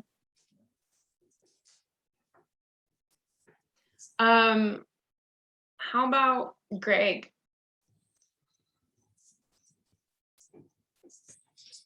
Well, I had a question for Charles if he got that false brome on Oliqua Heights Road, or if that might not be Lewis County. We keep getting reports of false brome and are never able to actually find it. So I'm not sure which road you're talking about there. Yeah, it's on DNR land, so maybe they do it, but it is, yeah, near the Oliqua Heights area. So I mean, if you have a point for that, you could forward that on or something like that. That'd be great. Well, yeah, I can give a little bit of update on the Quinault Reservation. I was really curious about the Phragmites on the Grace Harbor Refuge, because we definitely have it out here on the Quinault Reservation on the beach. But it doesn't have any seed heads. It's never had any seed heads. And I don't know if that's weird or not, because I don't have any other experience with it, but at least one person has come to me with who's concerned about it, and I basically said I'm going to look into it. So this is me looking into it, talking to other people that are controlling it. So anyway, gonna follow up with Ryan Muniz and Russ about what they did on the refuge. So anyway, yeah, and one of the things I said in the chat about the list of contractors, because we are looking for more contractors for knotweed applications. You know, we have kind of this 2 or 3 year outlook on how much knotweed we want to treat on the lower Quinault River, and won't call out anybody in particular, but there was a labor shortage this year, as there was in a lot of industries. So we were not able to get as far as I had planned. I know that's a factor with a lot of people's projects, you know, that I've talked to. that are on this call that have had contractors and have had hard time keeping people on throughout the season. But anyway, I mean, we still got a lot of knotweed sprayed on the reservation. We surveyed about 2,000 acres of new timber harvest units. For those of you, I guess, that aren't familiar with my work, I'm out here on the Quinault Reservation, you know, by Lake Quinault, and then basically from Mo Clips up to Queets, 220,000 acre area.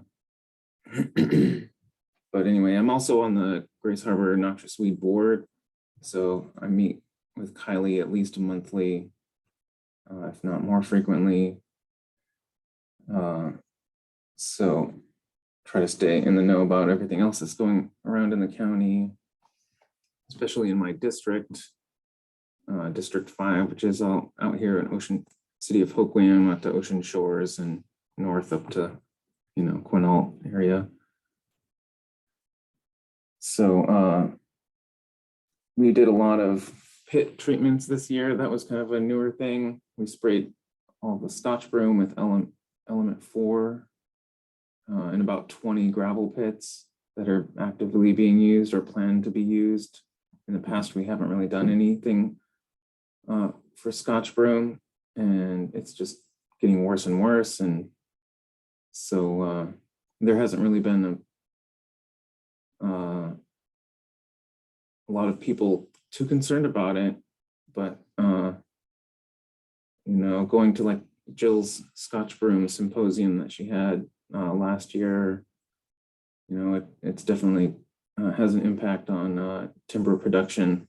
And you know, we got our job out here is to make money for the allottees, and if the Scotch broom is inhibiting timber growth, then we should probably do something about it. So I know Scotch broom is one of the, it's like the common cold. Everybody's got a little bit of it, and it's kind of so widespread.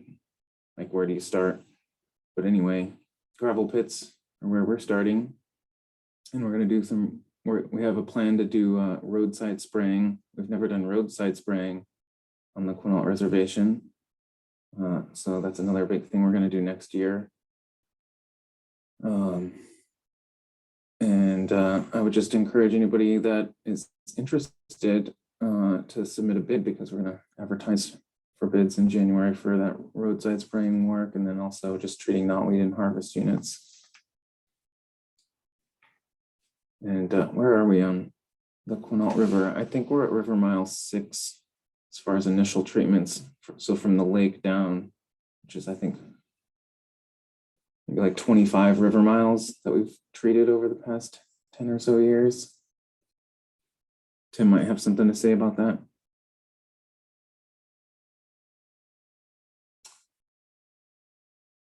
All right, I'm done. Thanks, Greg. Does anybody else have any updates?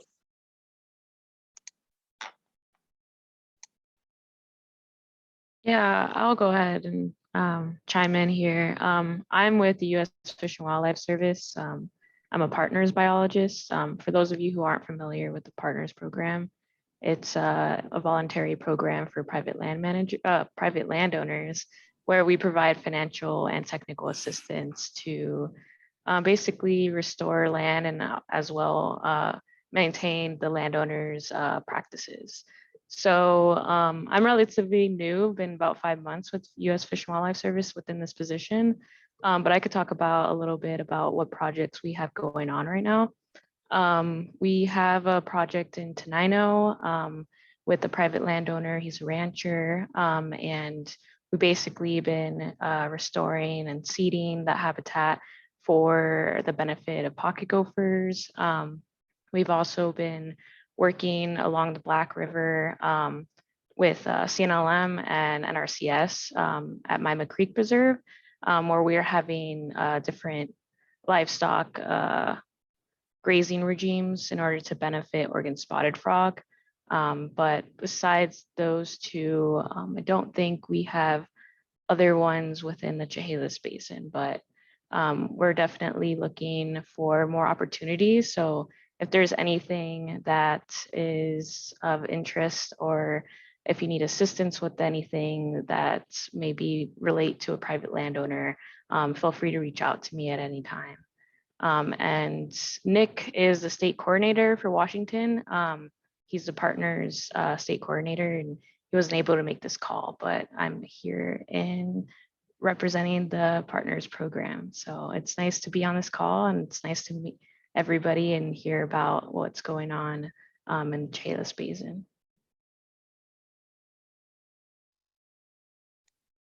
Thanks.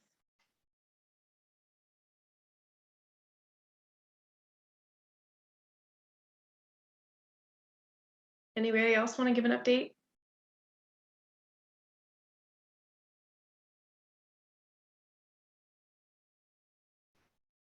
Russ is not on here yet, so I guess I can give the Grace Harbor County update. So the Grace Harbor County Noxious Weed Board was awarded with the Washington Coast Restoration and Resiliency Initiative grant this year. So we were able to hire 2 full-time staff, which has made a huge impact and difference. I have Kelsey Sapp on with us today, and she's one of our employees. And so we did get after it this year, definitely more than we have before. We made a lot of partnerships. One of the biggest ones was we created the Stats Up, but also the Wainuchi. So I would say the Stats Up Wainuchi Knotweed Cooperative Weed Management Area. And that's with the Fish and Wildlife and the DNR and the Grace Harbor County and the Conservation District. I might have said that. But so this year, the DNR graciously supported us by offering a WCC crew back in August. And we treated down in the lower Stats Up, just below the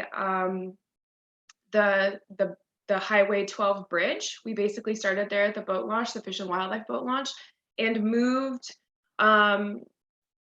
downriver about a 1 river mile. We had 2 weeks, and we were able to treat across 30 acres, but 7 acres in total, focusing on those gravel bars and riparian areas that will hopefully diminish the amount of spread into the construction zones of the Fish and Wildlife project down below us. So there's a lot of knotweed down there. This is obviously in the lower stretch of the river, and that's not the best tactic, but we wanted to first address that and get that taken care of, and then simultaneously work on locating the upper patches of the Sats Up. So in the Sats Up, we have the East Fork, the Middle Fork, and the West Fork, Middle Fork, East Fork. And earlier in the year, the WSDA helped us to survey these rivers to find the most upstream patches. And on the East Fork, the knotweed is, the first patches of knotweed are just above the Conservation District's early action reach or primarily within it. So it was really great that the Conservation District was able to kind of start on the beginning of the East Fork branch, and there's a little bit more, there needs to be a little bit more scouting above where they were working, and I'm working potentially with a landowner on that. Our crews were able to hop right below the Conservation District's early action reach and start knotweed from there, and we're going to continue to work downriver.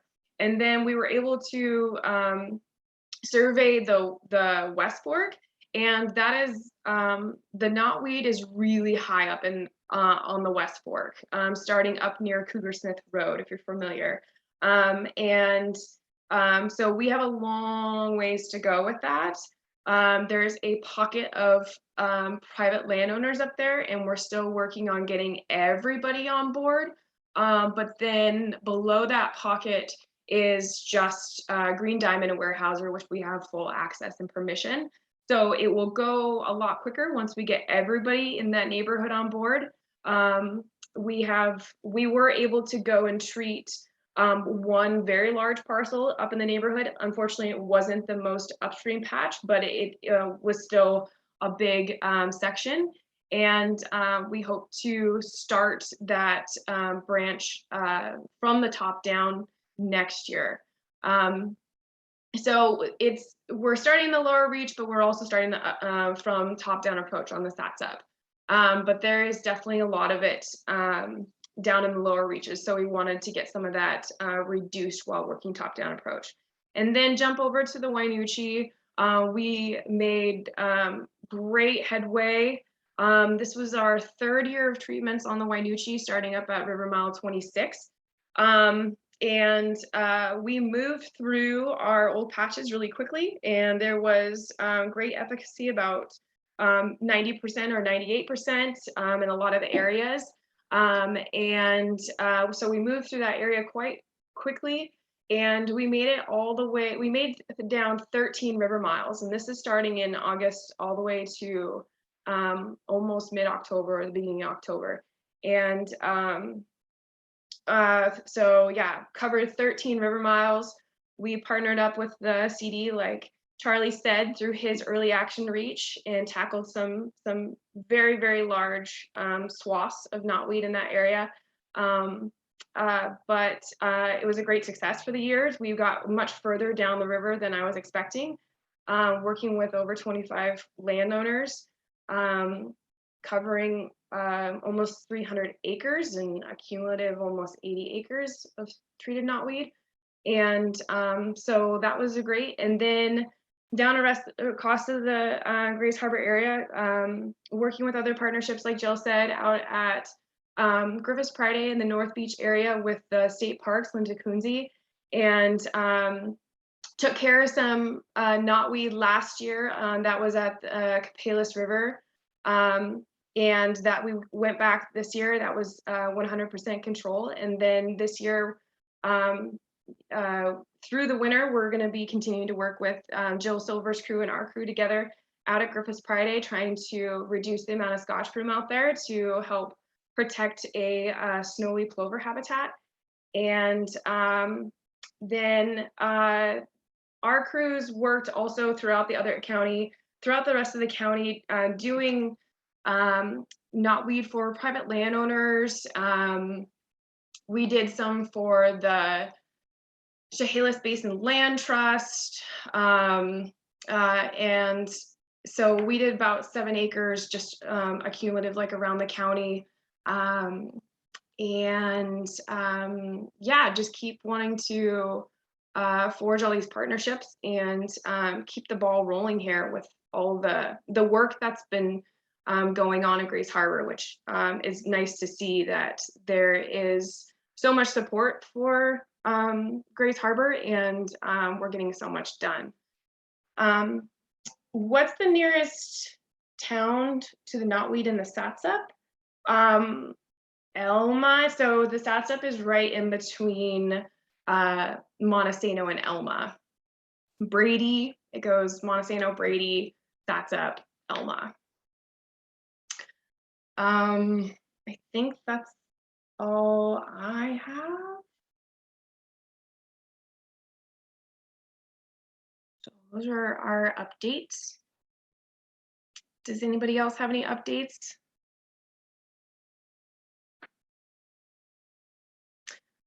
Oh, one weed that we saw earlier this year, John and Wendy and Jen were with us, and we saw a bunch of European coltfoot on the Hump Tulips River. I think that was one of the stranger infestations that we saw quite a bit of.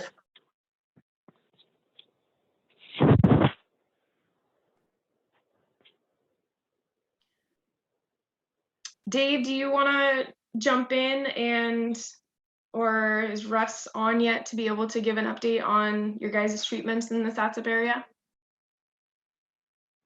Yeah, I don't I'll let Russ, if he's available, he can chime in. I don't think he's available. He said he was going to be closer to 11 o'clock that he'd be able to make it. I was going to ask if Palzer is still, Todd Palzer is still on with DNR. I know that in the past, their natural areas program did a lot of treatment on the lower Chehalis on our natural areas. And I was just wondering if there's any representatives who can talk about that, because they were always on top of that.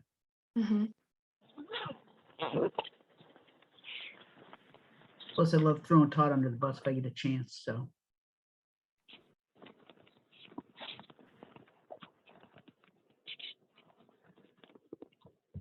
This is Todd Brownlee. Can you hear me? Yes.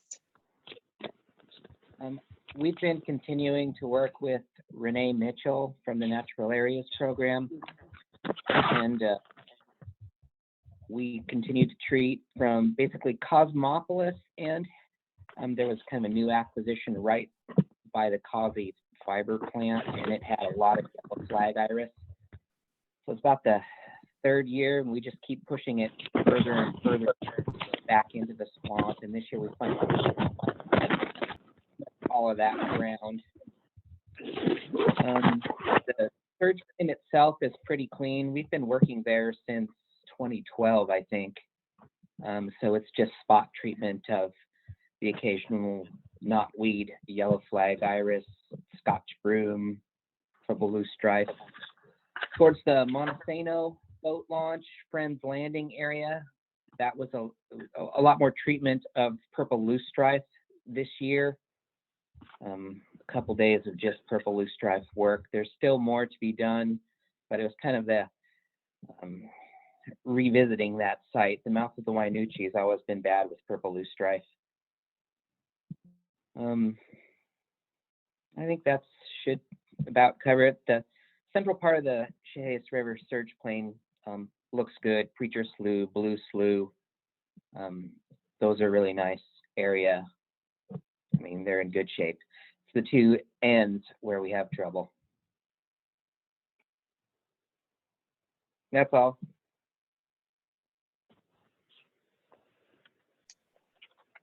Thanks, Todd. You're welcome.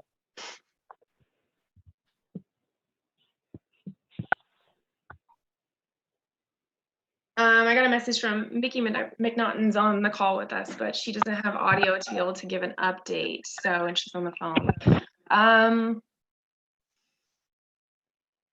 Who else do I want to call out? Well, also, you know, Kylie, if we want to move forward and move on to the next section too, if people have all shared, that's fine, and then we can move on, and then when Russ comes on, we can do that at the end. It's up to you. Yeah, we can do last calls if anybody else has any more updates.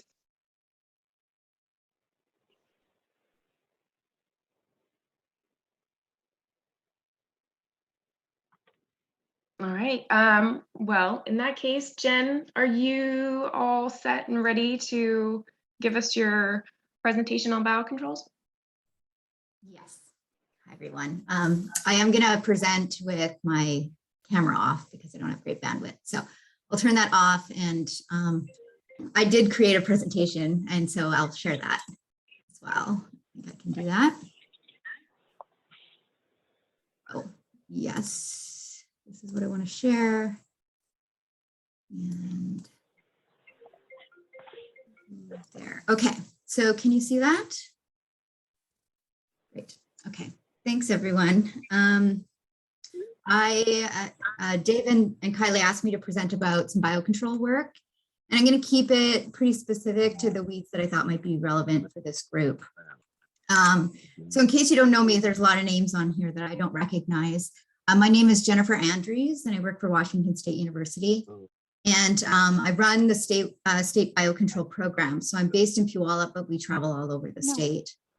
We provide biocontrol agents free to land managers, and that really can be anyone from private, city, federal, tribal, really anybody who has an appropriate site for biocontrol, we can provide them with biocontrol agents. We also provide education to land managers and on-site recommendations. So we'll come out and talk to you about whether biocontrol will work for you, and if so, how best to incorporate it into your overall weed management program. I'm also involved in several research projects, flowering rush, Scotch broom, and knotweed. I'll talk about Scotch broom and knotweed today. This entire program is funded by grants and contracts. So the Forest Service is our primary funding source, but we receive supplemental funding from several state agencies, other federal agencies, Colville Tribe, the State Noxious Weed Control Board, and then several county noxious weed programs. So I think it's always helpful for us to step back and define what biocontrol is. And I can give a whole presentation on background and principles and everything, but I won't talk about that today. I'll just give you some real basics. Biocontrol is the intentional use of one living organism to control or suppress another. So in my program, we use pathogens minorly at this point, though we expect we will see more of those in the future. Nematodes have been used, but not very successfully with weed biocontrol. Mites and insects tend to be the primary organisms that we use in my program. So I think it can be helpful also to understand the different types of biocontrol so you can have a good sense of what we're doing when we're using our type of biocontrol. So there are 4 different types. There's augmentative biocontrol, and this is where you're doing periodic releases of a natural enemy in order to suppress a pest population. So this is typically used to control insect pests. And if you've ever purchased ladybird beetles or lacewings for your garden, that was a type of augmentative biocontrol. There's also conservation biocontrol.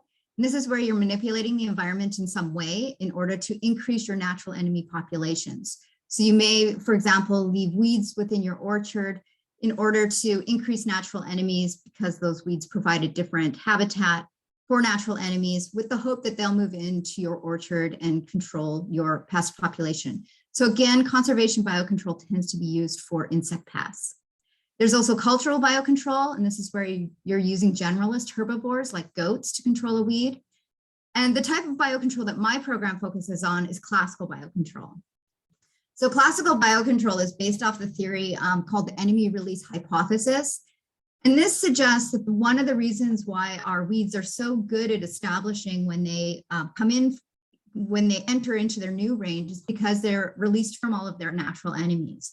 So all of our native plants have a whole suite of things that keep their populations in check. And when these populations, these new invasive species come in, they don't have those natural enemies keeping their populations down at reasonable levels. And so this allows them to really outcompete our native species. So with classical biocontrol, what we do is go back to where the plant is native to, and we look at what's attacking it in its native range. After a whole lot of testing to make sure it's safe and it would do appropriate damage to the invasive plant, we bring it into its introduced range, really with the goal to find the balance you find back in the native range.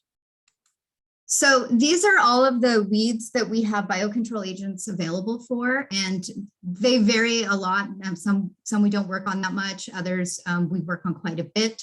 I'm only going to talk about a few today, but if you do have questions about any of these or you want to discuss possibilities of using some of these, please let me know. I have my email information at the end slide. So today I'm going to talk about 4 systems. And they range from one that's brand new in terms of development all the way to a longer term system of Scotch broom. So lots of discussion about parrot feather on this meeting, which is very timely in terms of our biocontrol conversations as well. So right now we're just getting started on a biocontrol development for parrot feather for North America. There are 3 potential biocontrol agents. There are 2 that are native to South America. They're both beetles, and one feeds on the leaves and the other is a stem mining.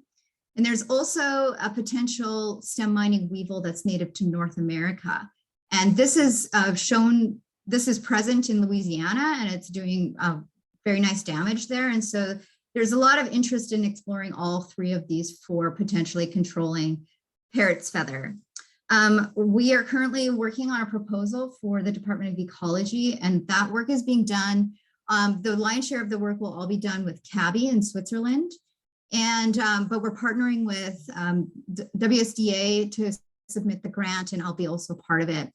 British Columbia has already committed funding to this work. And so we would be building, if we are successful with this proposal, we would be building onto those funds, which really allows for a much more robust program. A couple of things, if you're interested in learning more about this, feel free to contact me. We are required to provide some match, and we're trying to figure out exactly where that match is going to come from.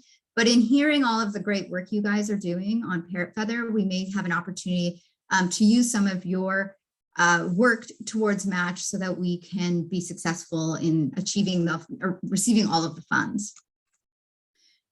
The next biocontrol agent that's brand new to Washington is on gorse. And I'm not sure how much gorse is exactly in your areas. I know it's much more of a coastal plant, but I thought this might be of interest to you. It is a thrips species, so super duper tiny little insect. And it's stunting the growth by sucking out the cell content. So you can kind of see the damage that it does over here on this left picture. It was approved for release in 2019, and they started doing releases in Oregon right away. We did our releases this year up on Orcas Island in June. There was a number of problems that went wrong with that shipment, so we'll be doing that again. We did go back in September and look for it. But as you can imagine, you're looking for an extremely tiny insect in amongst gorse. And if you've ever worked with gorse, you know that's not really fun to climb around in. So you can see we're out there with our magnifying glasses looking for thrips. So we'll stay tuned on that, but I can say that in Oregon, they're already finding it. It's establishing, it's surviving really challenging environments like right on the coast. And so I think that this may have the potential to be helpful in our gorse populations. The one that might be most interesting to you is our newest work on knotweeds. And I don't need to tell you guys all of the ecological impacts of knotweeds. We do in Washington mostly have the hybrid knotweed and giant knotweed. And out on the hump tulips, it's mostly giant. You can see by this state map, that's where giant is most prevalent within the state. So we are releasing on the hybrid and giant. We have a new biocontrol agent, Aphelera itidori. This is a sap-sucking psyllid. Again, extremely tiny little thing. This is the adult. So if you can imagine, you're looking at a knotweed leaf and you're down to the grain of being able to see cells. This is how small they are on that. This adult is on the midrib. The nymphs are even smaller. This is a nymph in a secondary shoot on knotweed, on giant knotweed. So very, very tiny. And then the eggs look like little, I didn't have a great picture of them, sorry. The eggs look like little sort of yellowish footballs, and they lay them on the along the veins of the knotweed.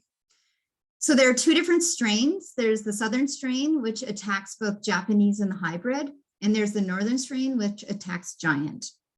It has been a long time coming. We've been waiting and waiting and waiting for this to be approved for release, and it finally happened in March of 2020. So we're really thankful that finally came through, and it came through in time for us to implement in the same year. So what kind of damage can we expect to see? In the lab, it can kill plants, but we aren't going to expect to see that out in the field. We can see this twisting and binding of leaves, but it doesn't always. Giant tends to bind quite to twist and bind quite a bit more than Japanese or the hybrid. So this is the kind of damage we see in our cages. Ultimately, what we're wanting to see is that they're going to deplete the energy supply, which will reduce growth and root storage. If we can see this leaf deformity, that has the potential to reduce the leaf area, which reduces photosynthetic rate, impacting growth and competitive ability. So as I said, plants will likely be stunted, but not killed. So we're expecting to that this will be ultimately what our goal is that our native plants will be able to outcompete knotweed ultimately. As you know, biocontrol will not be appropriate for all sites. So all of these great efforts of trying to eradicate it from watersheds, biocontrol will only fit into that in certain places. An establishment can take many years and the impact's even longer. So this isn't going to be a quick fix, but we do hope that the psyllid will, in the long run, be beneficial to our management in Washington. So we initially were hoping to begin rearing the psyllid within our greenhouses in Puyallup right away. But with COVID, we were not allowed to start any new projects in spring 2020. So we just grew plants. This is what one of our greenhouses looks like, where we're growing plants. And then we began doing rearing of both of the strains, the northern and the southern strain, in these cages. So this is an example of what that looks like. This project is being funded by a grant from APHIS and also Department of Agriculture. Thankfully, we were able to receive psyllids from Oregon, so we didn't miss an opportunity to release insects in 2020. We only received enough insects to do 3 releases, and we did those in May of 2020. There was one giant site, the northern strain, and we released on 2 hybrid sites of the southern strain. At each site, we released 500 to 1,000 psyllids. And we did a couple of different styles of releases. So this is how they, over here, these pictures on the right is how they arrived, was in vials of about 100 each. Some had 50, depending on what we were doing with them. And this is what that looked like. All these little insects here are the psyllids, and then a little piece of plant material for them to rest on if they needed that. So we released in 3 different ways. We released smaller numbers into a sleeve plant that was left sleeved for about a week, and then we came back and removed the sleeve. And the reason we wanted to do that was because we wanted the psyllids to sit on those plants and lay eggs, so that in case we released them, these ones which were free released, they could have gone up and flown away and we would never know where they went to lay eggs. This way we can ensure that there was some egg laying on site. At our one site for the hump tulips, we ended up receiving the insects, and then of course it's the hump tulips, so it rained and rained and rained, and we couldn't get out there. So we put our insects into cages, let them lay eggs on those potted plants, collected all the psyllids once it stopped raining, brought them out to the field, and then we also brought the potted plants out since we didn't want to lose all those eggs that had been laid on the plant. So 3 different strategies. I don't know if any of them were better or worse. There's definitely problems with the sleeves because the plants tend to get a little bit weak in there. So that was what 2020 looked like. This is where we released kind of a generalized idea out on the hump tulips area. We also released in Puyallup and North Bend. We released 1,000 on North Bend, 500 in Puyallup, and 1,000 on the hump tulips. So in 2021, we were able to rear a whole bunch of psyllids in the greenhouse. And so we ended up doing a lot more releases. And so you can see kind of how that looked. I can't tell if this, let me see if I can pull this away. I can't tell if that bar is in your way. So you can see that we do have a couple of giant knotweed sites up here. So looking, what we ended up with was 6 releases for the southern strain on the hybrid, and 7 releases on the northern strain for giant. There we go.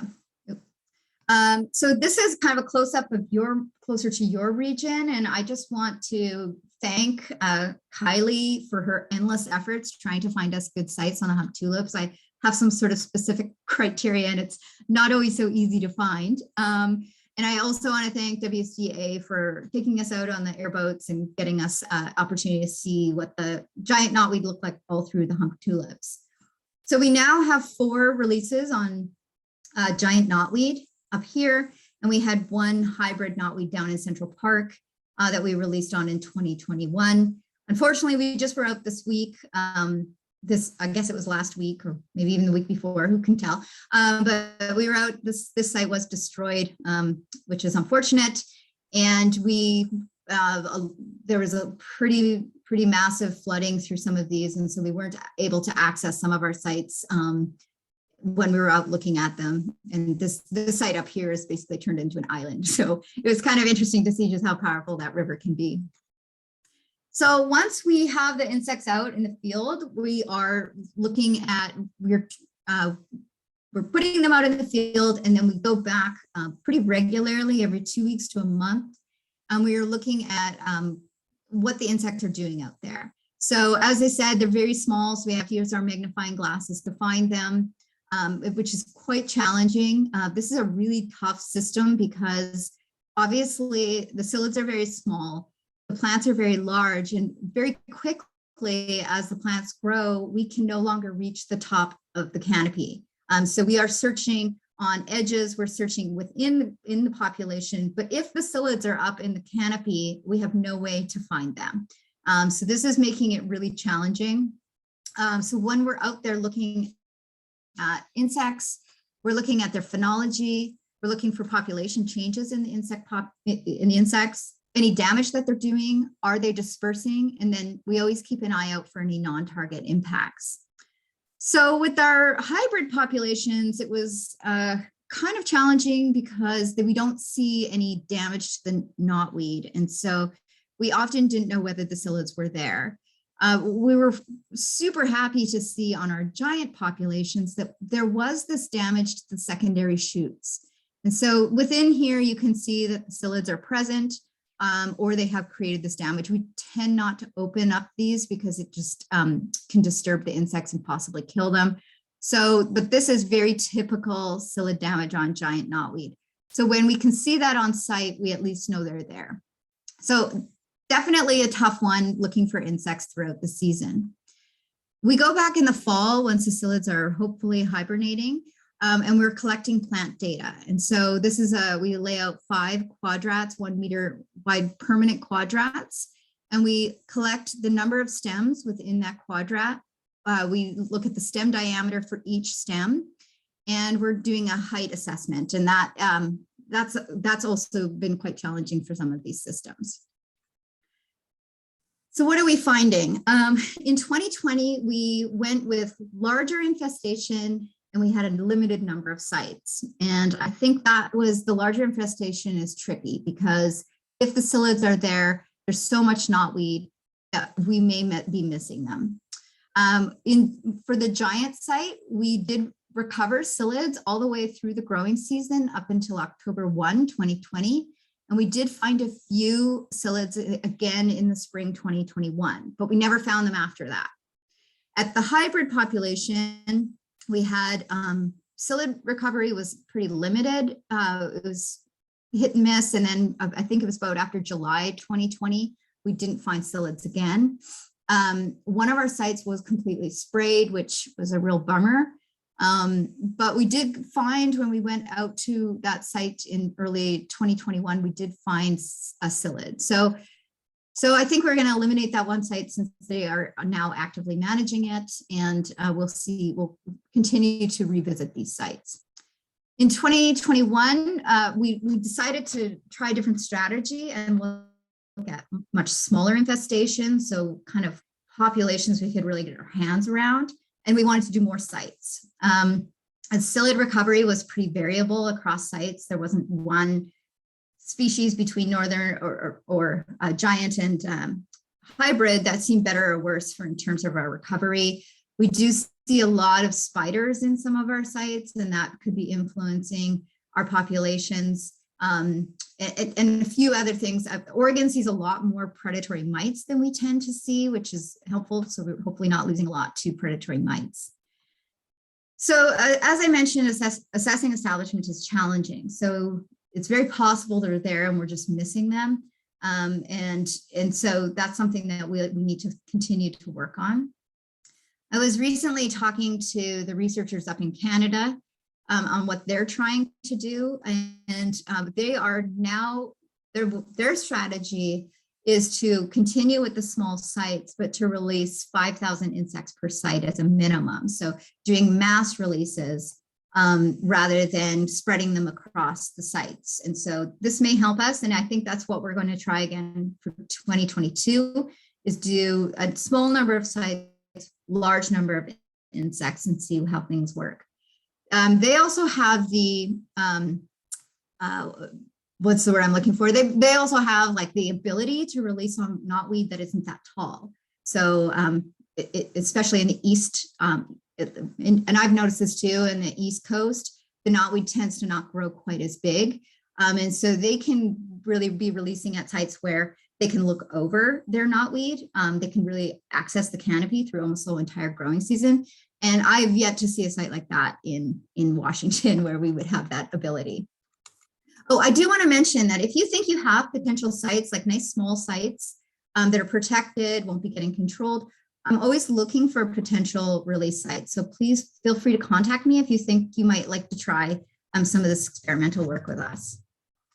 So the last thing I want to talk about is a long established system on Scotch broom. And again, you guys have talked a lot about Scotch broom. Obviously, it's a huge problem in the West. And so we have been working on biocontrol on this for years. We do have 2 biocontrol agents that we focus on. They're both seed-feeding beetles, Bruchittias phallosus and Exapion frucerostra. They're both widespread. We've done a lot of releases, and they are feeding on the developing seeds. So when the plant is has its pods on, if you open up those pods within the growing season, you are very likely to run into beetles. So they are not feeding on the seeds that are already down in the ground. They're just feeding on the seeds for that growing season. In Washington, we've done about 650 plus releases. This was first released in Oregon in 1998. When I came on in 2005, we had done very few releases in Washington. So since then, we've done a whole lot of releases trying to get them going. Exapion was first released in California in 1964, so it's been around for a lot longer. We don't typically see as many Exapion. So generally, we've done about 30 releases in Washington. Nowadays, when we find Exapion in our collections, we just toss them in with the Bruchittias. We don't even account for them anymore. So again, very long established, very widespread. So because we have this great established program, we wanted to know a couple of things. So what is the % seed destruction? So what is the amount of seed that the beetles are destroying so they don't go down into the seed bank? Are these attack rates increasing? What is the proportion between the 2 different beetle species? How does parasitism influence biocontrol populations? Do geographical or environmental factors influence biocontrol presence and impacts? And then really, as land managers, the goal is, can we predict where biocontrol will provide long-term management success? So I've been working on this for a long time. I started doing this data collection in 2012. We do it every year in Washington. In 2014, we looked at what the impact rates were from the whole range of Scotch broom in Western North America. So from British Columbia all the way down to California. And we're doing, what we're doing is these pod dissections, and it's a ton of work. We dissect under the microscope, looking at pod length and width. We count the number of seeds, aborted seeds, and then we dissect every seed to determine whether insects are present, and we also look at parasitoids. So I've got a ton of data, and a lot of it hasn't even been analyzed yet, but I'm just going to give you kind of a brief, quick look at what this looks like. So this is what our data looked like in 2014. The red is the seed destruction, and the blue is the intact seed. So intact, we assumed intact seeds were viable. We did not conduct any viability studies. But we said blue meant that they could be viable. So you can see in this part of Washington, we have pretty good control, certainly mostly over 70% at most of our sites. It's really these coastal areas that were kind of interesting to us. So is this an environmental factor? Is this because we haven't put enough beetles out there? What does that look like? So we did a lot more releases between 2014 and 2019 out in that area to try and boost numbers and see if that would influence things. And so you can see some of these sites. This is up in Port Angeles, where we have the 2014 % attack rate was about 10%, or 2013, sorry, was about 10%. And here in 2019, we're looking at about 80%. So really nice increase in our biocontrol agents. Out at the Hoh River area, we went from 30% in 2017, increased to 60% in 2019. I believe this site has now been controlled with herbicides. And then at our Westport site, where we're really right on the coast and the beetles have a little bit more trouble, we do see an increase from 20% up to about 55%. And I have new data for these sites. I just haven't incorporated into this. So we can also look at what long-term monitoring looks like. So blue is your percent attack for all insects for both species. The gray is our Brachydius villosus, and our orange is the Exapion fusterostra. So we can see that for the most part, Brachydius is always the dominant species at our sites. And so we have a site here in Elma where in 2014, we had about 45% attack rate, pretty dramatic increases, and then it's stayed pretty stable. And so we can see some of our sites are pretty stable. Other of our sites are really variable. And this may be a response to parasitoids. This Lakewood site has some other management going on, which may be influencing it. Oop. So ultimately, what we can see is that from 2012, we had an average attack rate, the orange is average, of 41% across all our sites. So that's 41% of the seeds were being reduced or being attacked, and therefore 41% of the seeds didn't go into the soil. But that was pretty variable. We had one site that had 6% attack rate and another site that had 87%. Over time, we see that our attack rates are now 70% across all sites, and our minimum has really decreased, our minimum has really increased to 43%. Now, this is including our coastal sites. If we take out our coastal sites, we see that that range is even better.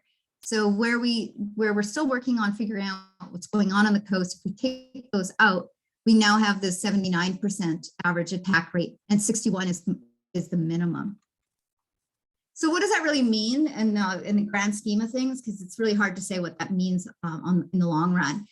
There are several models that show what kind of seed reduction we need to see control, and they are pretty variable.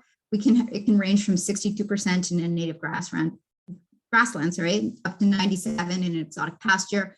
Other studies suggest you'd need almost 100% control. Others around 75.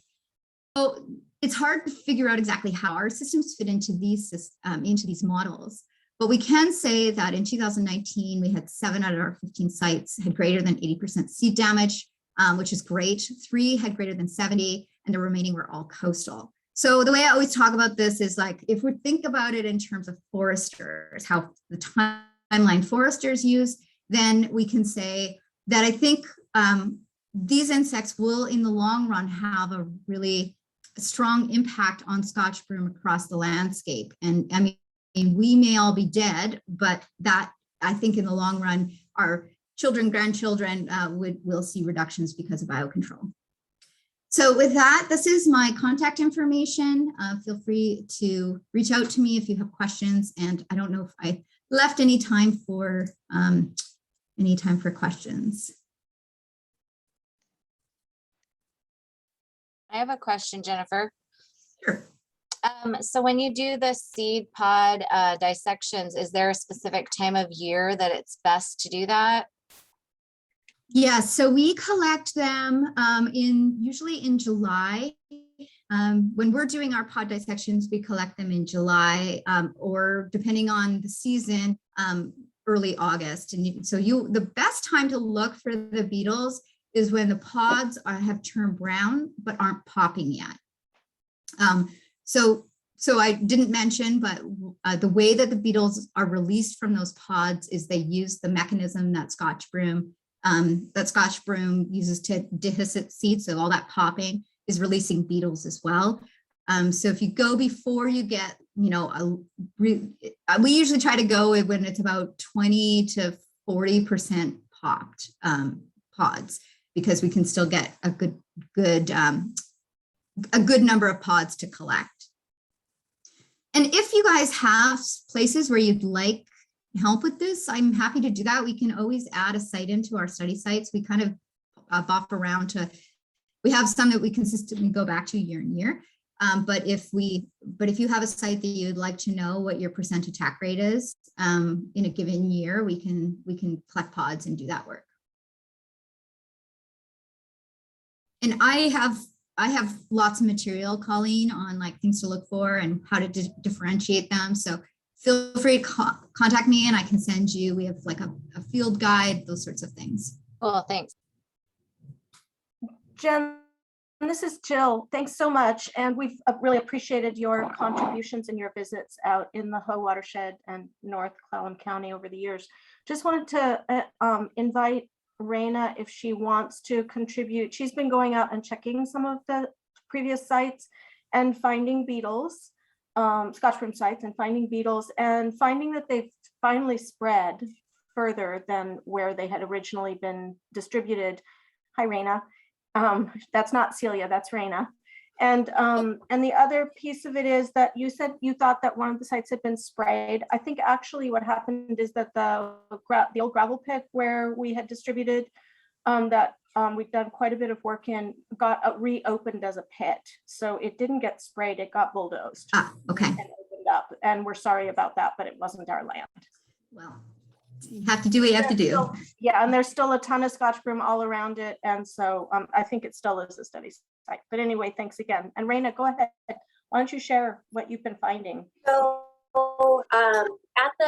across from the pit, we've been finding some of the beetles there. So it seems that they've moved across the river and upstream as well. So we've been finding some there, as well as one site in,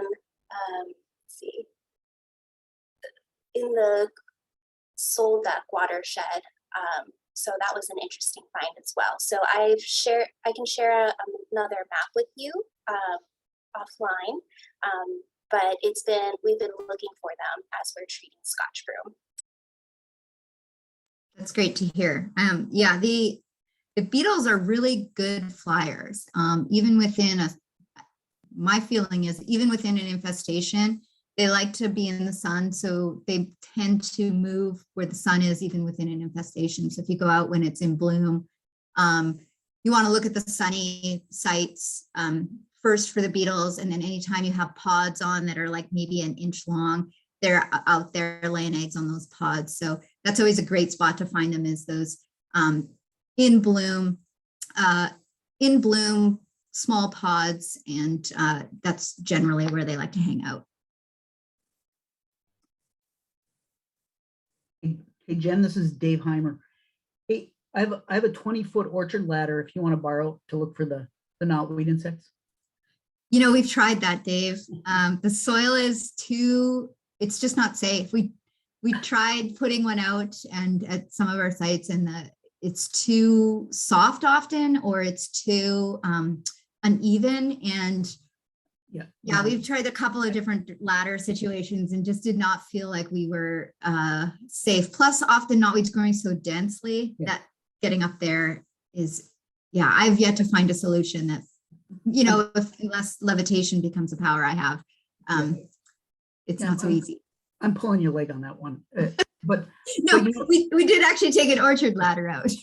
The other thing I thought of, as far as and maybe Lauren Keeney can add a little something. I think of the fact that those insects are so small. Have you thought of like an eDNA type of thing where you could maybe take swipes of where you think the plants are and just test them to see if the insects are even there in some way? And that's all I was going to ask. Yeah, it's an interesting idea. I don't know. I certainly don't have that technology, and I think it would have to be developed. And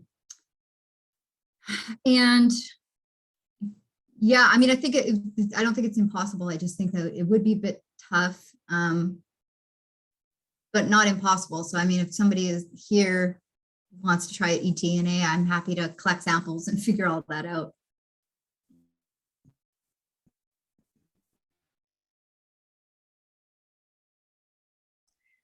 Lauren, I'm sorry, not Lauren, Jen, this is Jill popping in again. And I just want to ask you about your sense about biocontrols working on knotweed to eventually eliminate it as a species.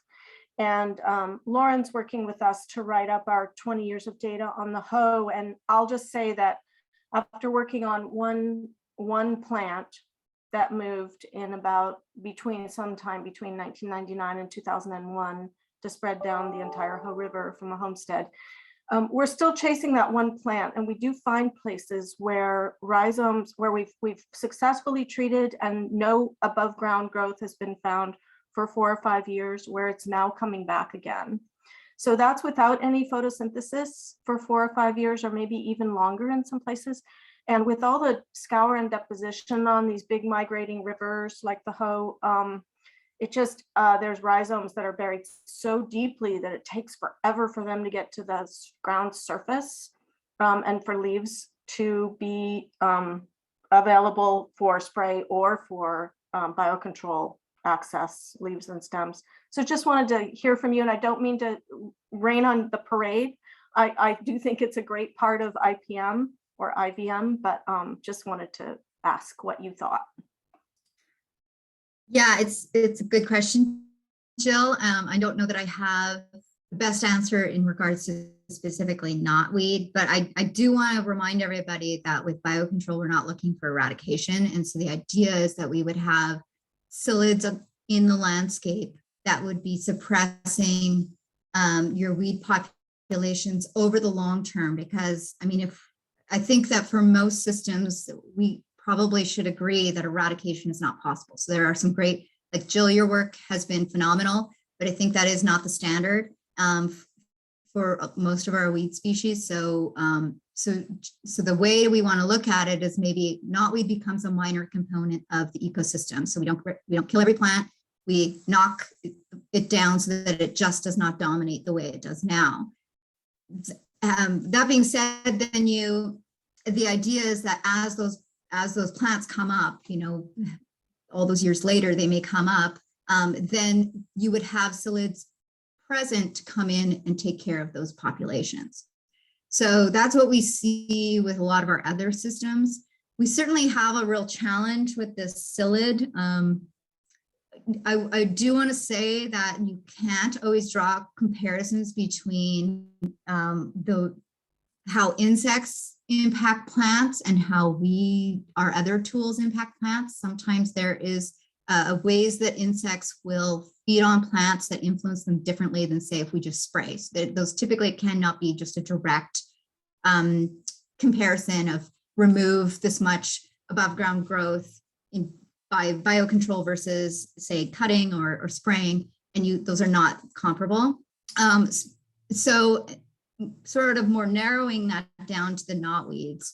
I don't know what the psyllid is really going to do. I can say in Canada, they're releasing a new strain that looks like it's more damaging. We're still getting that tested here in the States.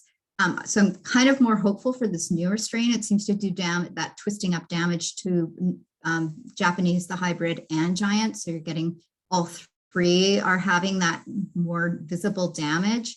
But it is a tough one. I mean, we have this monster of a plant that is, you know, really robust, and we have this kind of rinky-dinky psyllid that I'm hoping will build up into large enough numbers to start knocking it down. So I think we're still years from truly understanding what the psyllid's capable of.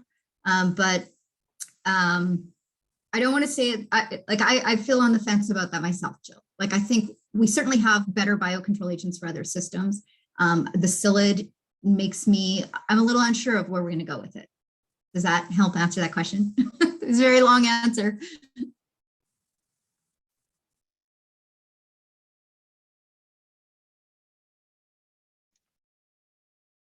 Jen, I wonder if once, you know, after years of establishment or getting the boots off the ground with this, is that maybe in an integrated pest management system, like, you know, after we get done getting the populations down on the river systems that are so significant right now that it's hard to see any kind of effects from the biocontrols, but like maybe down the road, once we have we cleared out as best we could, you know, reduced it down to 95%, and then potentially, you know, release these biocontrols behind us in these areas that can attack the populations as they try to come back on the river systems that we've controlled on for the long-term management approach. on these river systems, because sometimes it's hard to wrap our brain around covering, you know, every last stretch of these rivers for the foreseeable future, for the monitoring and management of them. But is that something that you maybe can foresee in the long term? It's possible.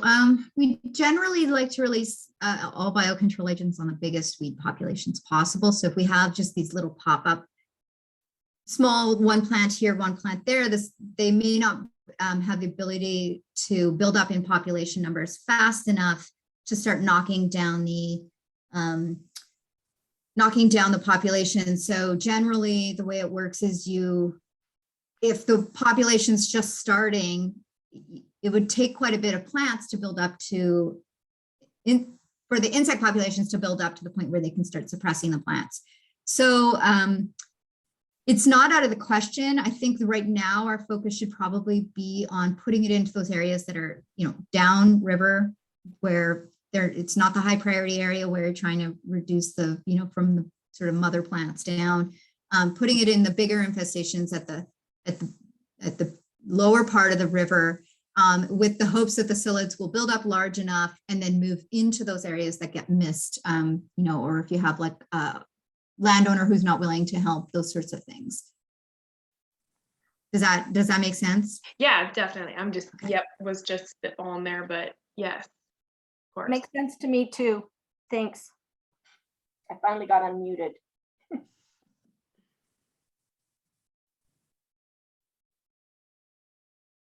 Does anybody else have any more questions or comments?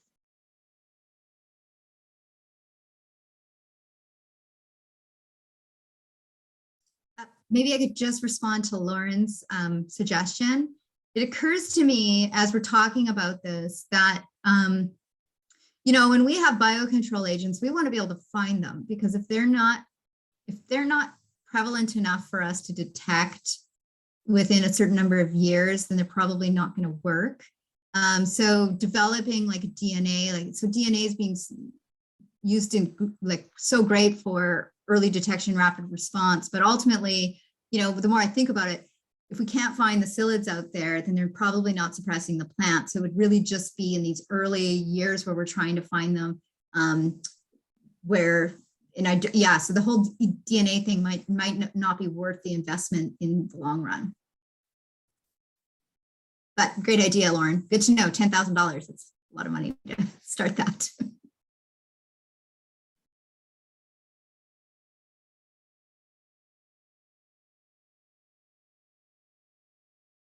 And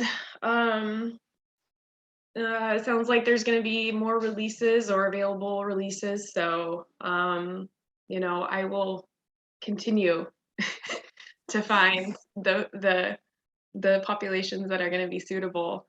It's pretty mind-boggling that we have so much knotweed here in Grays Harbor, but it seems like when we choose a site, all of a sudden somebody wants to do something with it after all these years. Yeah, thanks, Jen, for the update on that. Kylie. And one thing I would mention is if you do have a, you know, I think there are giant knotweed. We've got some real good focus sites now, but the hybrid knotweeds out in your neck of the woods would be great, especially since we lost that site this year. So thank you. Mm-hmm.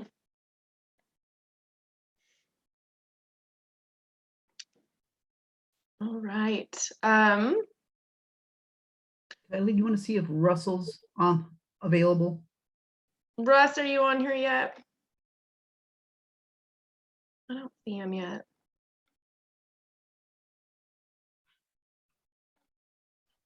So with that,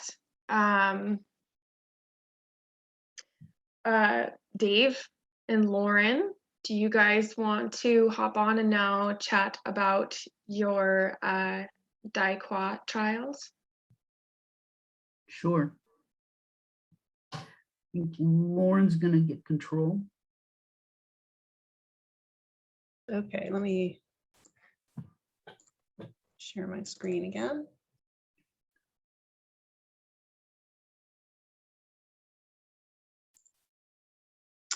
Okay. Whoops, sorry, hold on.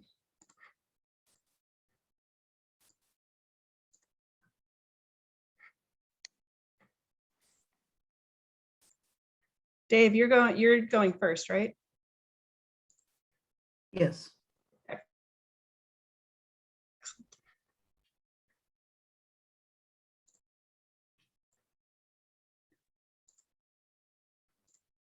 All right, I think, go ahead, Dave, take it away.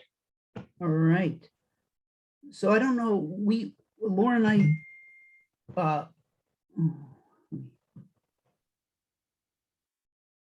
okay. So Lauren and I put together a proposal to the Washington State Commission on Pesticide Registration a couple of years ago to look at a diquat as a potential control tool for invasive knotweed. You want to hit the next slide? And part of the idea was the diquat is an aquatic herbicide. It's a burn down herbicide. And it's on the aquatic plants and algae permit, the lakes permit, but it is not on the noxious weed NPDES permit. So we thought we could maybe find out how it would work as a potential tool for knotweed, basically like a chemical mow. And we had to go to present to the Washington State Commission on Pesticide Registration and present to them, which was kind of a new process for us. They usually get producers or small commodity producers who are proposing proposals. So we were not their normal group who would present. So anyways, we used the kind of the general noxious weed control group, you all who are in this meeting, to say, hey, this group would benefit from potentially having diquat as a tool for knotweed. Next slide. So, our target was originally Bohemian knotweed. Much like you've heard Jennifer and Kylie say, when we went out and said, hey, people, we need some knotweed sites, Bohemian knotweed sites with these certain criteria, it was crickets. We heard, I figured we'd just get swamped with all sorts of options, but we had difficulty finding sites that met the criteria, and even people who volunteered them. Typically, the sites that were good and easy to get to and would be prime were already treated, or we didn't get told about. Some were on private property, so we didn't get to do the work there either. So we expanded our sites, and we actually got Bohemian, and we also did some giant knotweed sites. Next slide. And again, this is just the general, you know this about knotweed. And the idea was maybe come up with a control process that didn't take, let's say, 3 or more consecutive years of treatment to do, maybe 2 treatments within a year to get better control. And the idea would be to treat the site with diquat first as a chemical mow, and then return as the plant was sending up new growth, and treat it with imazapyr, which is basically the standard treatment, and get that product translocated then to the growing points and really maybe take out most of the plant in 1 year. Next slide. And again, when we came up with that, we looked through the literature. Do you want to take over now? Yeah, we transitioned somewhere in here.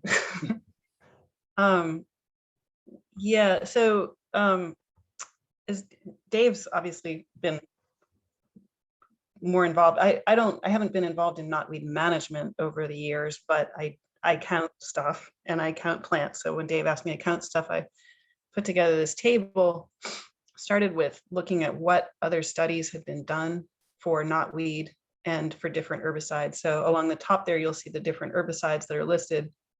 And each of these rows in this table is an herbicide study and if it's gray, it means that herbicide was tested for knotweed. And if it's got a star, that means that it was the most effective. And so obviously, you know, over time, we know that glyphosate and then imazapyr have sort of emerged as the most effective systemic herbicides, but various contact herbicides have been tried. Surprisingly, dicot had been really hardly ever tried. I mean, and some of these studies are not even sort of full studies. Some of them are a little more anecdotal. So we were really looking under the couch cushions here to summarize this information. Dicot also has a different mode of action down here, you notice then. So it seemed like there was justification to at least see how it does on knotweed, because there was really basically no information about it. I think that covers this slide. Dave, can you take over on this slide? This is more your bailiwick here.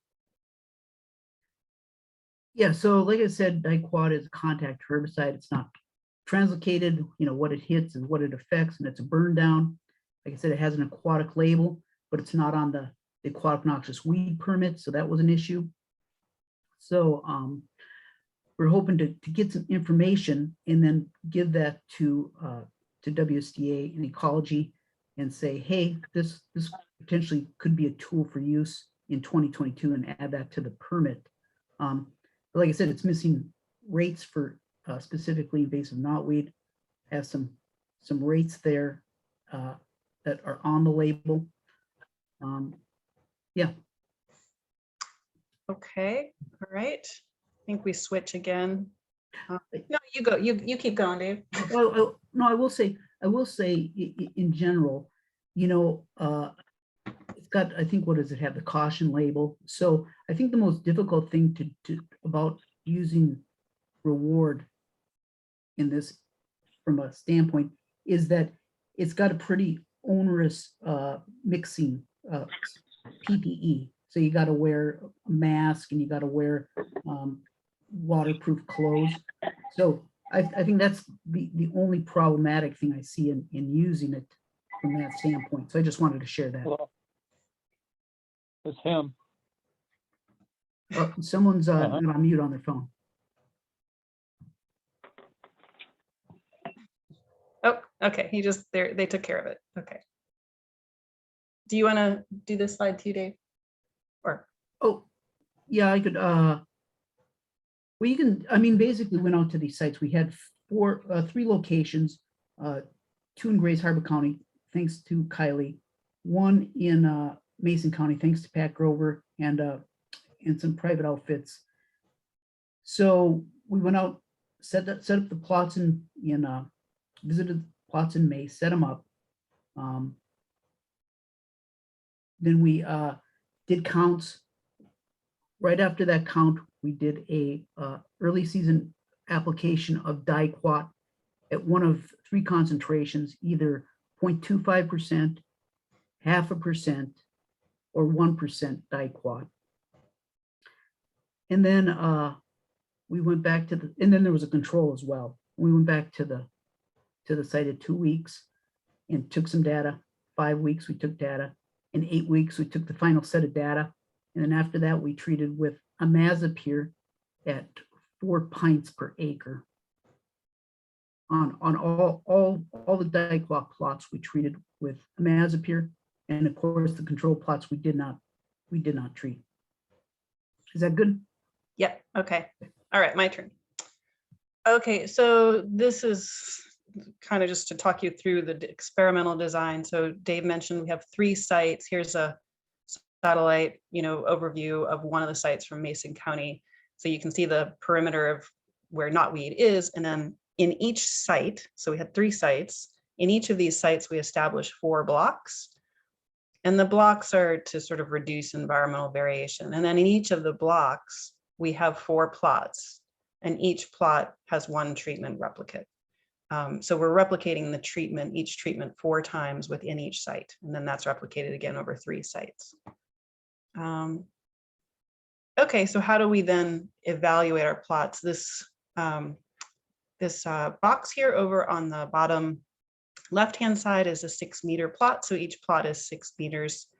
And then the herbicide would be, applied to the entire plot. But the way that we evaluate that is that we would put these 1 meter squared quadrats moving out from the edge. We don't want the edge effects, right? So we put the quadrat sort of just inside the plot area, and then we use that to count our metrics here. So we had a couple different metrics. One of them is percent cover, and that's a visual estimate of how much of the quadrat has knotweed coverage. We did percent injury. Now, percent injury, we intended to do that at 5 and 8 weeks, but after 2 weeks, the plants were recovering to the point that it was really impractical to continue that metric. So we have percent injury 2 weeks after, but then these other metrics in the other ones. We did stem counts within the quadrats, and then at all the periods of time. And then stem heights, we took each stem height at 2 periods before we did any treatments, and then at the final evaluation period at 8 weeks after treatment. So we have a couple different ways of trying to evaluate what is going on in response to the dicot, right? Because there's different ways that the plant could respond. It could be injured and recover. It could be totally killed but send up new shoots, or it could be, totally killed. So we had a couple different ways to try and evaluate what is happening to the plants as we use this chemical mow. As Dave mentioned, the dicot treatments with the 3 concentrations are there. We treated in late May with a low, medium, and high concentration. And then in our dicot treated, we're also treated in late July with imazapyr. And these are just some photos of the control, some example photos just a few days after treatment. So our control plot up here obviously looks basically the same 4 days after the dicot treatment, but you can definitely see the injury, and this is in a low dicot concentration. So, it definitely kills foliage. Here's some more, another example of some photographs of the control plot at our SATSIP site. As we progress through time, we have 2 weeks, we're seeing increasing coverage at 5 and then 8 weeks after treatment.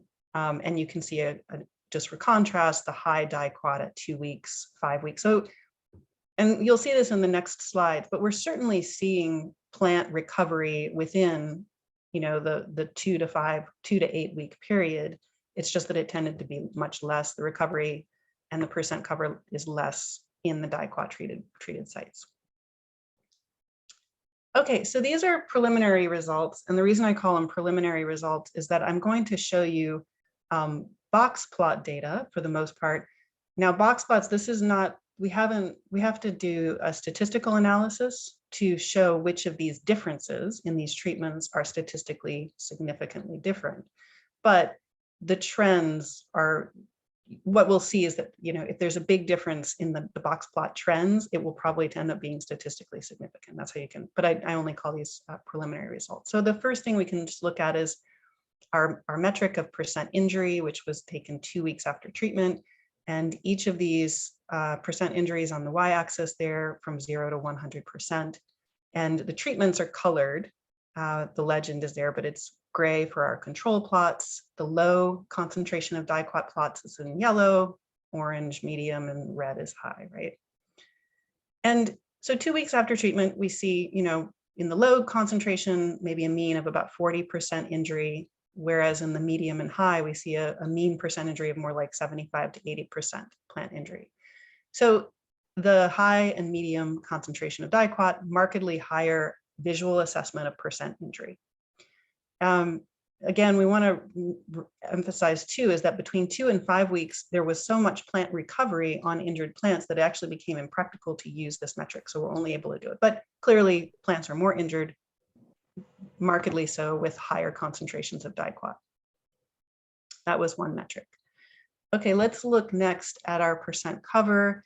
This is percent cover is a visual estimate within our 1 meter quadrat of how much of that quadrat is covered with knotweed biomass. So there's a little bit more going on in this plot. We have weeks after treatment and then our 4 different treatments. So here, for example, is our pre-treatment evaluation for the control, low, medium, and high plots. And obviously we haven't treated anything yet in here. So they're all about the same for percent cover. They're all hovering around maybe 30% cover. But then once we've treated and then we're evaluating at 2 weeks, at 5 weeks, and at 8 weeks afterwards, we start to see obviously separation. So our control plots go from something like 30% cover to almost 100% cover within 2 weeks. So we're seeing a huge jump. So I think our timing, our treatment timing was good. It was at a sort of important point before the plots were about to really take off in terms of their biomass. And the diquat, all three of these treatments are sort of performing kind of similarly, more impact in the medium and the high. So then when we go back 5 weeks later, our diquat treated plots are starting to recover. They're, something like between 40 and 50% average, whereas our controls are still up at 100% cover. And then at 8 weeks, we're seeing kind of substantial recovery of these plots in terms of this visual percent cover, where all of the diquat treatments are sort of similarly recovered. And at 8 weeks after treatment, the diquat plots have about something like 75 to 80% cover of the control plot. So a lot of recovery in that 8 week period, but still as you saw in some of those photos, there's also a change in the overall cover and overall biomass that's present. So the diquat certainly mows it down. Okay.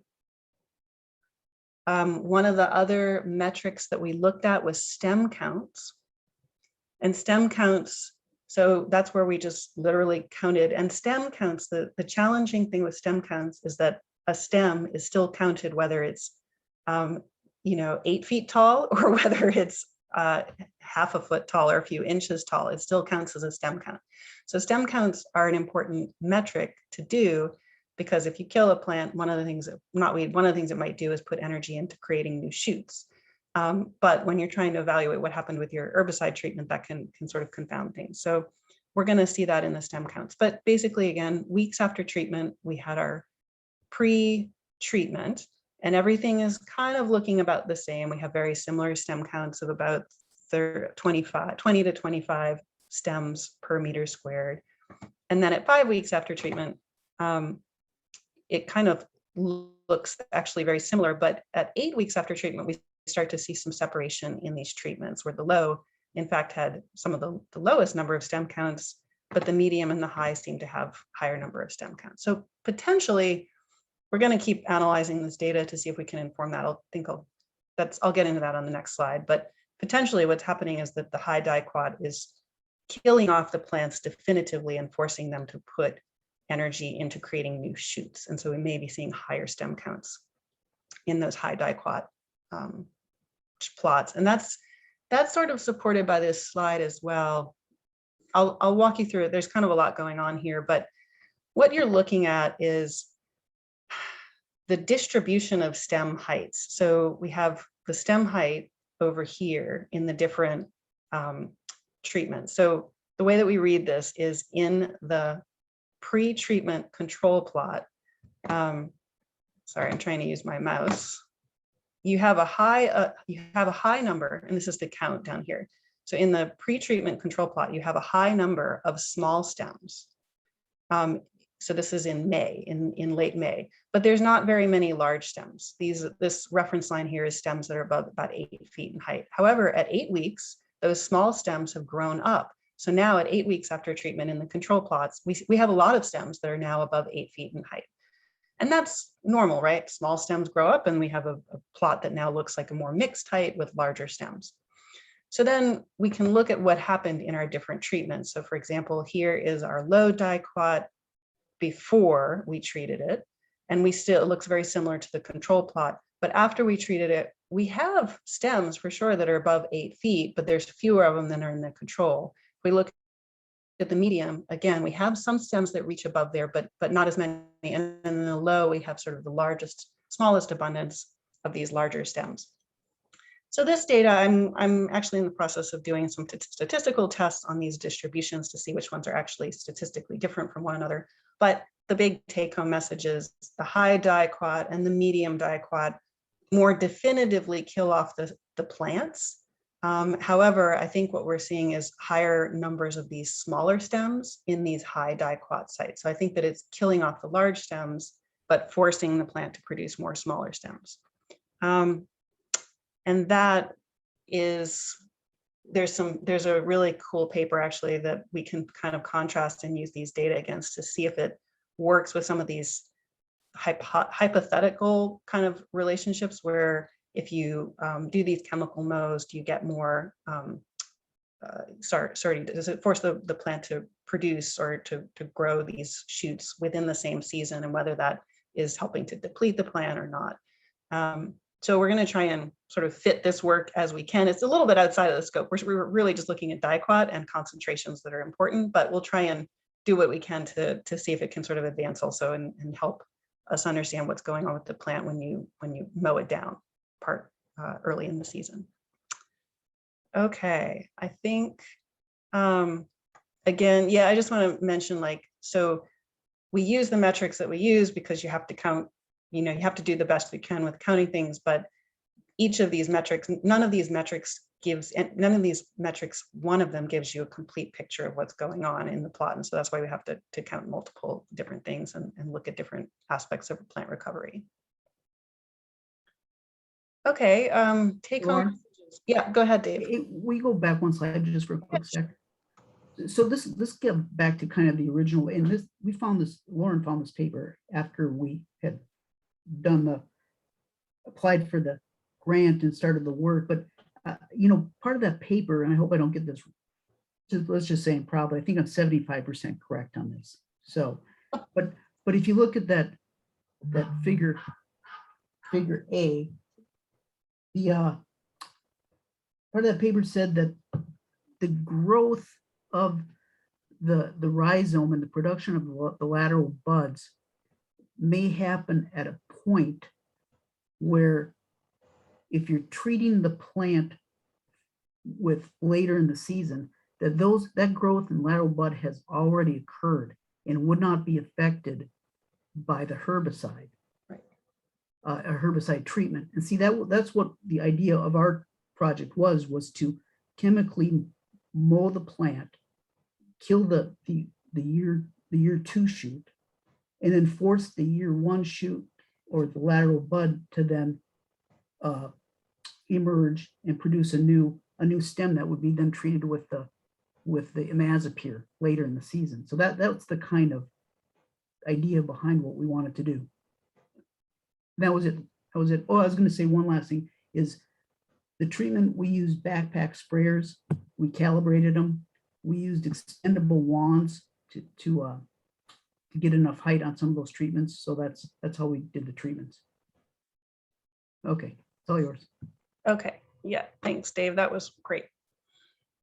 Okay, so some take-home messages, and actually, again, these are preliminary results. There's kind of a lot to do here because with the different concentrations, we were sort of seeing different responses in the plots. But the higher diquat concentration, we certainly see more plant injury, but the plot, if we're basing it on the visual percent control, at least metric, then we see very similar plant recovery. And so again, yeah, but at 8 weeks after treatment, all of our diquat treated sites had similar percent cover, regardless of the concentration. At the low concentrations, it doesn't always kill the plant. And so we would see recovery of individual plants, but the high concentration seems to promote that increased growth of new shoots. And still, again, needs some more analysis. So what we have to figure out is, was that a good thing to promote more smaller shoots, or was that a bad thing? And so hopefully our next year's evaluation will help inform us about that. I'm going to actually, this bullet about currently little evidence in favor of high diquat concentration, if we use percent cover, then that's correct. But I think we want to look more closely at stem counts, and especially our evaluation next year, to see if we saw more long-term differences between the high, low, and medium diquat concentrations. And again, yeah, we have an evaluation scheduled for May of next year, late May. Okay, and our deliverables, we're going to determine diquat rates to control that are effective at controlling knotweed. We want to determine if this early season spray combined with the late season imazapyr is long-term, seems to offer more efficacy than the single season imazapyr treatment. I know it's more work, but again, what Dave mentioned is if you can go from reducing the number of total years that you spend controlling this plant, it may be worthwhile in some scenarios. We want to provide that information to ecology to support inclusion on the permit, and we'll keep the noxious weed control group updated, and we want to sort of continue some interest in looking at whether DIQUOT offers sort of additional tools for access, for coverage, for increasing or making imazapyr treatments easier later in the season, potential tank mixes, and then also the chia pet knotweed. So I think that covers everything. It's just an acknowledgement slide. A lot of people have helped. A lot of people have helped wade through these plants, counting stems and measuring heights, and they're listed here. Did I miss anything, Dave? No, I don't think so. And I mean, I have to say that period after the first DIQUOT treatment up until maybe, 3 weeks, heading to the 5-week point. I mean, it is stunning to come back in a couple of days and find your whole knotweed plot wilted. And again, I think it has applications, just being able to get in there and create lanes potentially for future treatments, because you get into July. I mean, in the control plots, you know how if anybody's done knotweed control, they know how difficult it is when the plants are that tall to get decent coverage, to see where you're going, to know what you're doing. So I think it has other applications within the knotweed control matrix. Okay, that's it. I'm going to go ahead and stop screen sharing. If anybody.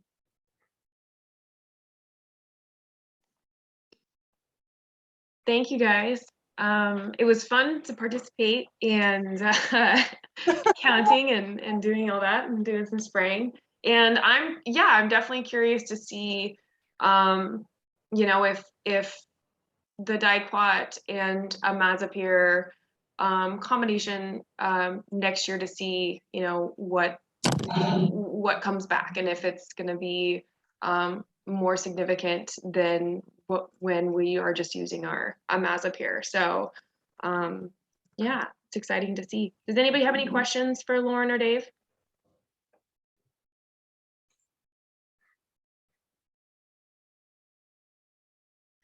And are you guys going to be are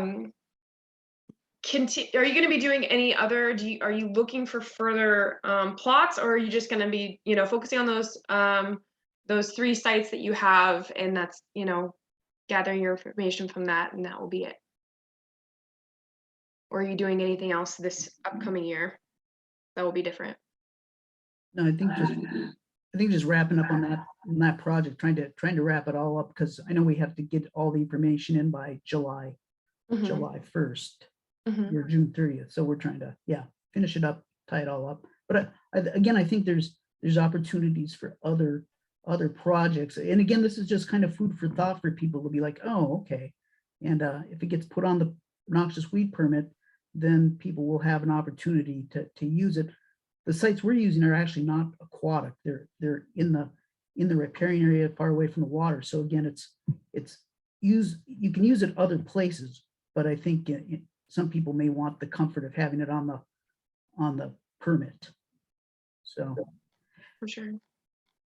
Yeah, I was actually kind of surprised. Well, I guess I'm not that surprised.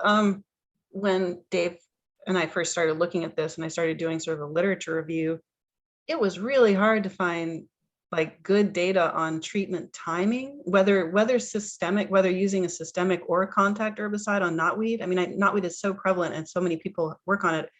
It was surprising how sparse the sort of literature was when you start to ask questions like, well, what does timing treatment matter? And, and what mode of action is best, and that kind of thing. So I think that this will help us with this specific tool, but also I think there's kind of just a lot of need for putting more data in the basket in terms of what's the optimal way to treat and control this plant long term. Like what gets you the best results in the long term? We know it takes years to effectively control it. So how do we optimize that and make that turn 10 years? Can we turn 10 years into 5 years? Would be great. So hopefully this will contribute to that body of knowledge too. And if it doesn't work, well, then we know we can you say, well, it didn't work. That's the whole idea here. So I think I'm holding the winning lottery ticket, but who knows, right? I could be a loser. Dave, I also thought it was cool. I don't know if people know about the funding source, but it seemed like that funding source would be open to other invasive plant permit. I mean, it's specifically geared at getting information to put herbicides on permit, right? Like, but it, yeah, it seemed They're like open if you have a good concise project. And yeah, I think it would be. And I think Kim Patton and also Tim Miller had used that funding source in the past for some projects. Yeah. Hey guys, so I thought it was interesting you were talking about using dicot to kind of make trails through some of these really big patches. I think that's kind of a neat idea. So something I'm running across, this kind of a general question, is sometimes I'll get some huge patches of knotweed, and they're just so tall. It seems like there's just no way to really get at them, especially when they're surrounded by thick trees and stuff. They're still on the edge enough to get sun, but the access to it's really tough. My thought is, if anybody's tried, or is it okay to come in off season and like brush cut it all and then come back so I can reach it when it starts growing? Is that a really bad idea? Or would that work? What do you guys think? It's a really bad idea. And it's a really bad idea to cut knotweed, because Tim Miller showed that injuring knotweed makes the rhizomes go out at least 10, and we found up to 30 feet. Oh, wow. Directions. And then it just makes it more powerful. Gotcha. What would you recommend for a tall stand? Like, I mean, are these tall ones, are they going to die in the winter and start new ones? I'm kind of getting. Yes, they will die in the winter. And in the Quinault, when I was working down there and we were experiencing the same situation, we just gently, so we walked in, we made trails, pathways by gently pushing the tall canes aside. And if they're really woody, they'll bust. So you don't want to bust them. You're trying to make as little injury as possible, but you're kind of leaning on them and sometimes using a branch low down and pushing gently so that you're bending them over so you can walk through. And then you can spray from the bottom, right? You can spray underneath as well. Right, get the underleaf. Right, Yeah. you just don't want it to be dripping down on you. And we try to keep as little from hitting the soil as possible. So we do as much over as we can. Right on. Don't cut it. Bye. Over and out. Over and out. Thanks, Jill. Appreciate it. And then we've worked a lot in, acres and acres of patches. And if I'd be happy in the spring or in, right before knotweed season to come out with you and just demonstrate how we tackle a patch and help you wrap your brain around it and show you the tactics. That'd be great. Thank you. So if no more questions, I was just going to say Russell can't get on, so I was just going to show a slide. If you want to give me control, if I can't, I'm able to do it. Yeah, I think you should be able to just go down to the green button at the bottom that says share screen. You'll be able to select the screen that you want to share.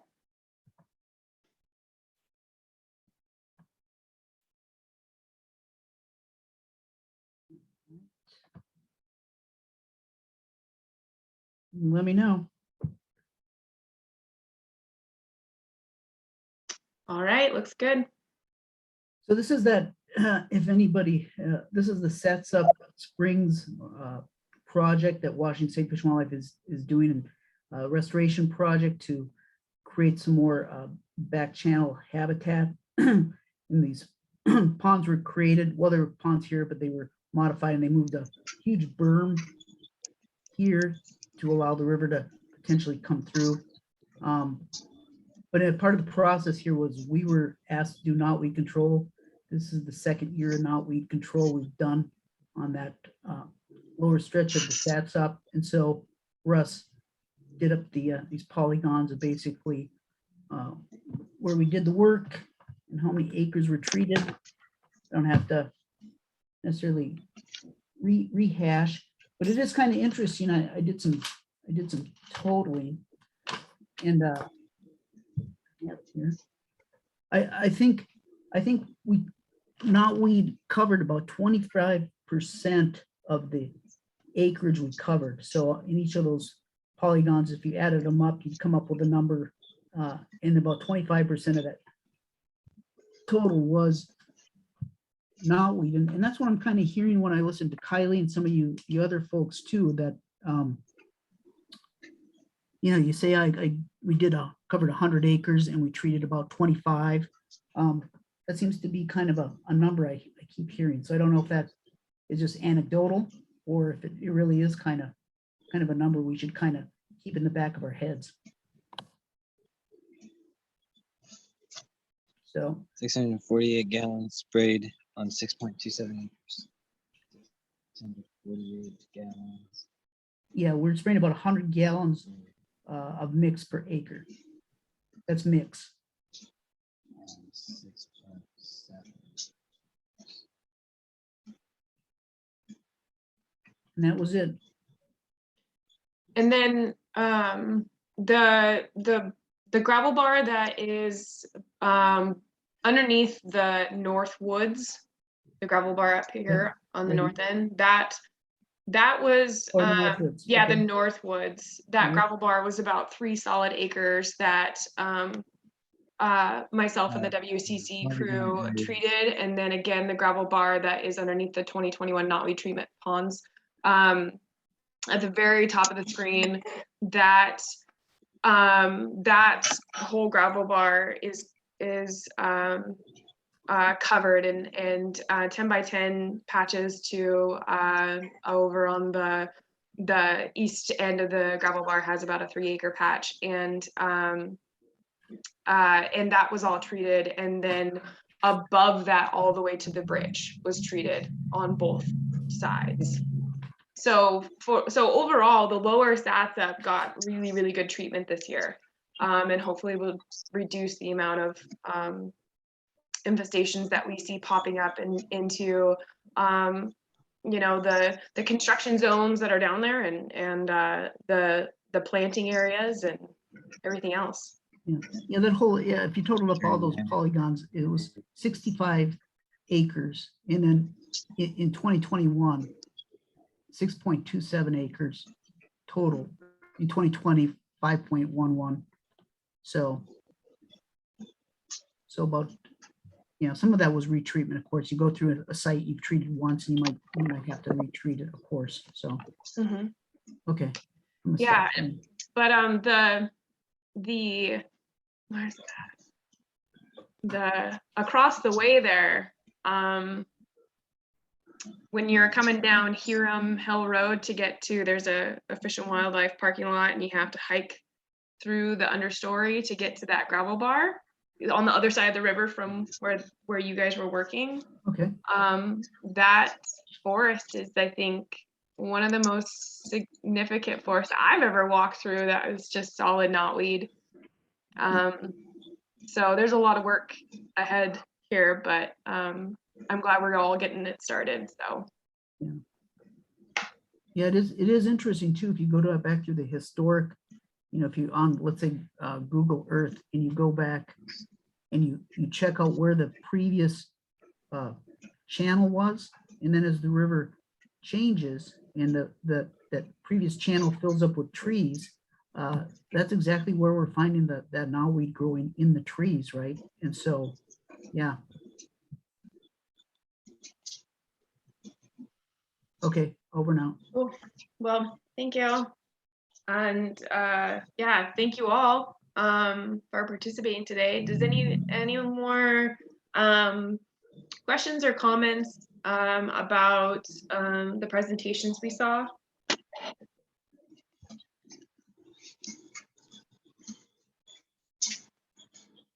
You gave the one question for the credits. Was that just one question during the presentation, Kylie? Or No, I didn't do, so we're not doing questions. I'm going to do it one more time into the chat box now, to the code, and then just email me the code with your full name and your pesticide license, and I will get you registered for this. Thanks, Kylie. Will the presentations be made available or the recording be made available? Yes. Thank you. Yes, I'm recording, and I will make sure to figure out how to make that available to everyone. Thank you, Kylie. This was great. So moving forward, what is there any comments or suggestions or anything else that people want to see come out of this group? Really trying to get a grasp of, the intention of the group. I know, so far we have, let's start a breakout group for the Chehalis River to focus on the Brazilian Elodia and the parrot feather. And I'm probably going to lump, purple blue strife into that. And then we have the SATSUP and the Wainuchi knotweed working group that is underneath this. I guess what I can mention is that if you would like to be invited to those breakout meetings that are about the knotweed in the SATSUP or Wainuchi Basin, or if you want to expand it to a different river system that you would like to start focusing on and having other agencies collaborate on that water system when it comes to knotweed, feel free to email me and we can get, I can help get that group organized or grow a little bit more. But is there any other side groups or any other things that we want to focus on? Is there maybe a group that's just focusing on the terrestrial weeds that's kind of that we want to just chat about, that's not necessarily on the river systems or the waterways, but is definitely something that we see growing? And that could be the a terrestrial weed group that's about Scotch broom and tansy and poison hemlock. What from anybody else, is there any kind of input of what you'd like to see or what you want to collaborate more on? Now, I don't know if this totally fits, but I know I wouldn't mind adding like pesticide discussion into the mix. Even though we have to do a lot of training just to get our license, it doesn't come with experience. And so finding out, like one thing I came across here at the tribe is I found a whole bunch of unused pesticides kind of laying around. I gathered them all up and found how to dispose of them. So I got in touch with the folks, and they're going to send me packaging, and I'm going to send it back because there's no spot to just bring it to. And another issue I'd like to talk about with pesticides is we have a very shallow groundwater here. And when you read the labels, they're not really going to tell you how bad that they are. So one thing I'm trying to do is not to use the ester version of triclopyr on our tansy, and I came across Crossbow and Milestone and old glyphosate, which could be 8 or 10 years old, which I don't think it's useful anymore. But those just some questions and discussions that I think would be really helpful for anybody, including myself, who's using pesticides. But I'd kind of throw that into the mix. No, that's great. I agree. I always like to hear from other people's experiences and knowledge of what they're using and why they're using it and where they're using it. So I agree. Does anybody else have input on that? Or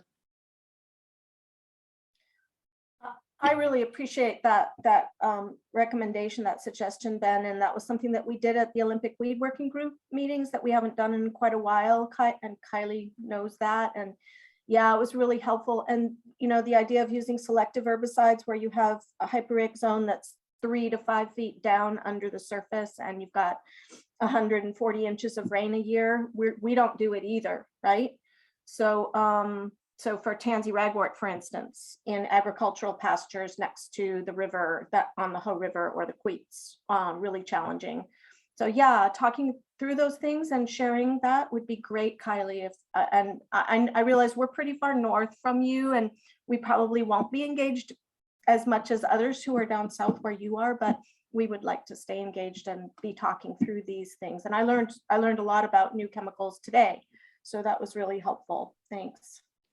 Yeah, Jill, yes, your knowledge and input on that would be very useful. And what I'm thinking is that maybe moving forward, we can have some of these breakout groups that are focused on a specific area or specific weeds, but maybe we have another cooperative weed management area meeting as a whole later on, earlier mid-spring, that can focus on pesticides, or your swapping ideas on herbicides, who's using what, why we're using what, concerns, all that kind of thing, what our best formulations are for these sites. And then I can try to get of course pesticide credits available for that as well again. And we can just kind of have that be one of the ideas or focus areas that we have our workshop based around, and then again bringing everybody together to do more collaborations, but getting more herbicide talk out of it. Does that sound good? That sounds great. And I wanted to share with everyone that we just started a trial here to test the amount of glyphosate that we are doing in cut stump treatment for Scotch broom in these riverine hyporheic areas. And cut stump isn't, apparently, what we understand from Greg Halbrecht and others, we don't need to report it on our NPDES permit because it isn't spray over water. It isn't spray adjacent to water, even when we're within 25 feet of water. And we generally are reporting it, but we're using a lot of aquanite on a lot of Scotch broom in cut stump treatments. So we're starting just to measure in a more of an upland site at 25, 50, and 100% concentration of aquanite, and then figuring out efficacy. And then we would like to do some soil tests to see if there's any movement, like with knotweed, if there's any movement from roots into soil with that much chemical being applied. So just want to share that, and we'll continue to be in touch about what we come up with. But I'm bringing that up because one of the questions we get a lot from community is, what are your impacts? How do you know it's not moving? What chemicals are you using? And with all the Roundup controversy, glyphosate is still our very favorite chemical because of its capacity to bind and not to move in soil water compared to imazapyr, for instance, or triclopyr. But I think we need to do more study. We need to have more information coming back to us about the persistence in the environment and how these chemicals stay put relative to efficacy. Thanks. Hi, Kylie. This is Linda Kunze with State Parks. Hi, Linda. Nice to see you. I'm wondering if there are folks who are interested in coastal wetlands, interdunal wetlands. All along the coast, we've got a lot of weed issues, I know, and we've got mixed ownerships. I'm wondering if there are others who are interested in sort of focusing on those coastal and interdunal wetlands.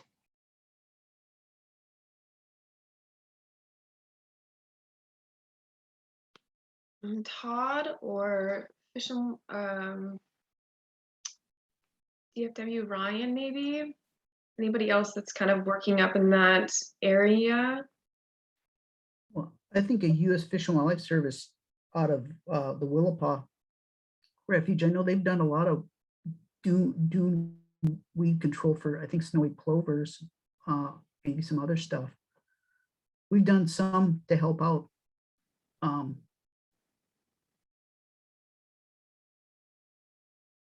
Down on the Long Beach Peninsula. Who's she thinking about? So we're working, a lot of state park property includes interdunal wetlands, and we're seeing a lot of yellow flag iris, purple loosestrife, a number of other species that are moving into those systems. I know Todd Brownlee is doing some yellow flag iris for control for us down at Cape Disappointment, but we're seeing it in a lot of wetland systems, including some of the flowing systems. And I'm just wondering about others who are trying to do control, because we've got issues with groundwater. We have access issues. Some of these systems are extremely difficult to get into.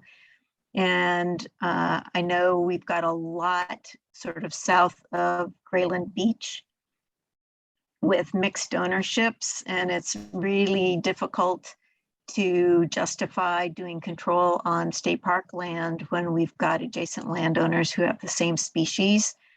And so if we do control and they are not, we've got issues with reinfestation, and we don't want to be dumping a bunch of chemicals into those systems with the shallow groundwater systems. So I'm just wondering if there are others who are thinking about those systems and how we might coordinate control.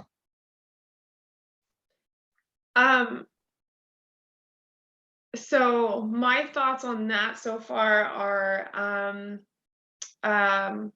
getting together with Shoalwater and Pacific County and myself, and maybe that's something that, you know, another one of these little breakout groups that we can do to get together and talk about that, because I do know I've chatted with Shoalwater Reservation, and they did some purple loosestrife and yellow flag iris, but that would definitely be who we want to loop into that conversation, as well as Jeff Nesbitt and Mike Norden, who are not on the call today. So I think that that would be a good group to start off getting that conversation started about those areas.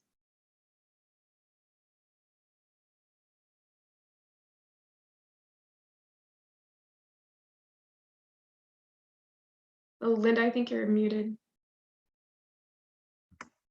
I just think that's a great idea, and I'd love to take part in that. Okay. Yeah. Yep, I will put it down and work on. All right, anybody else have anything?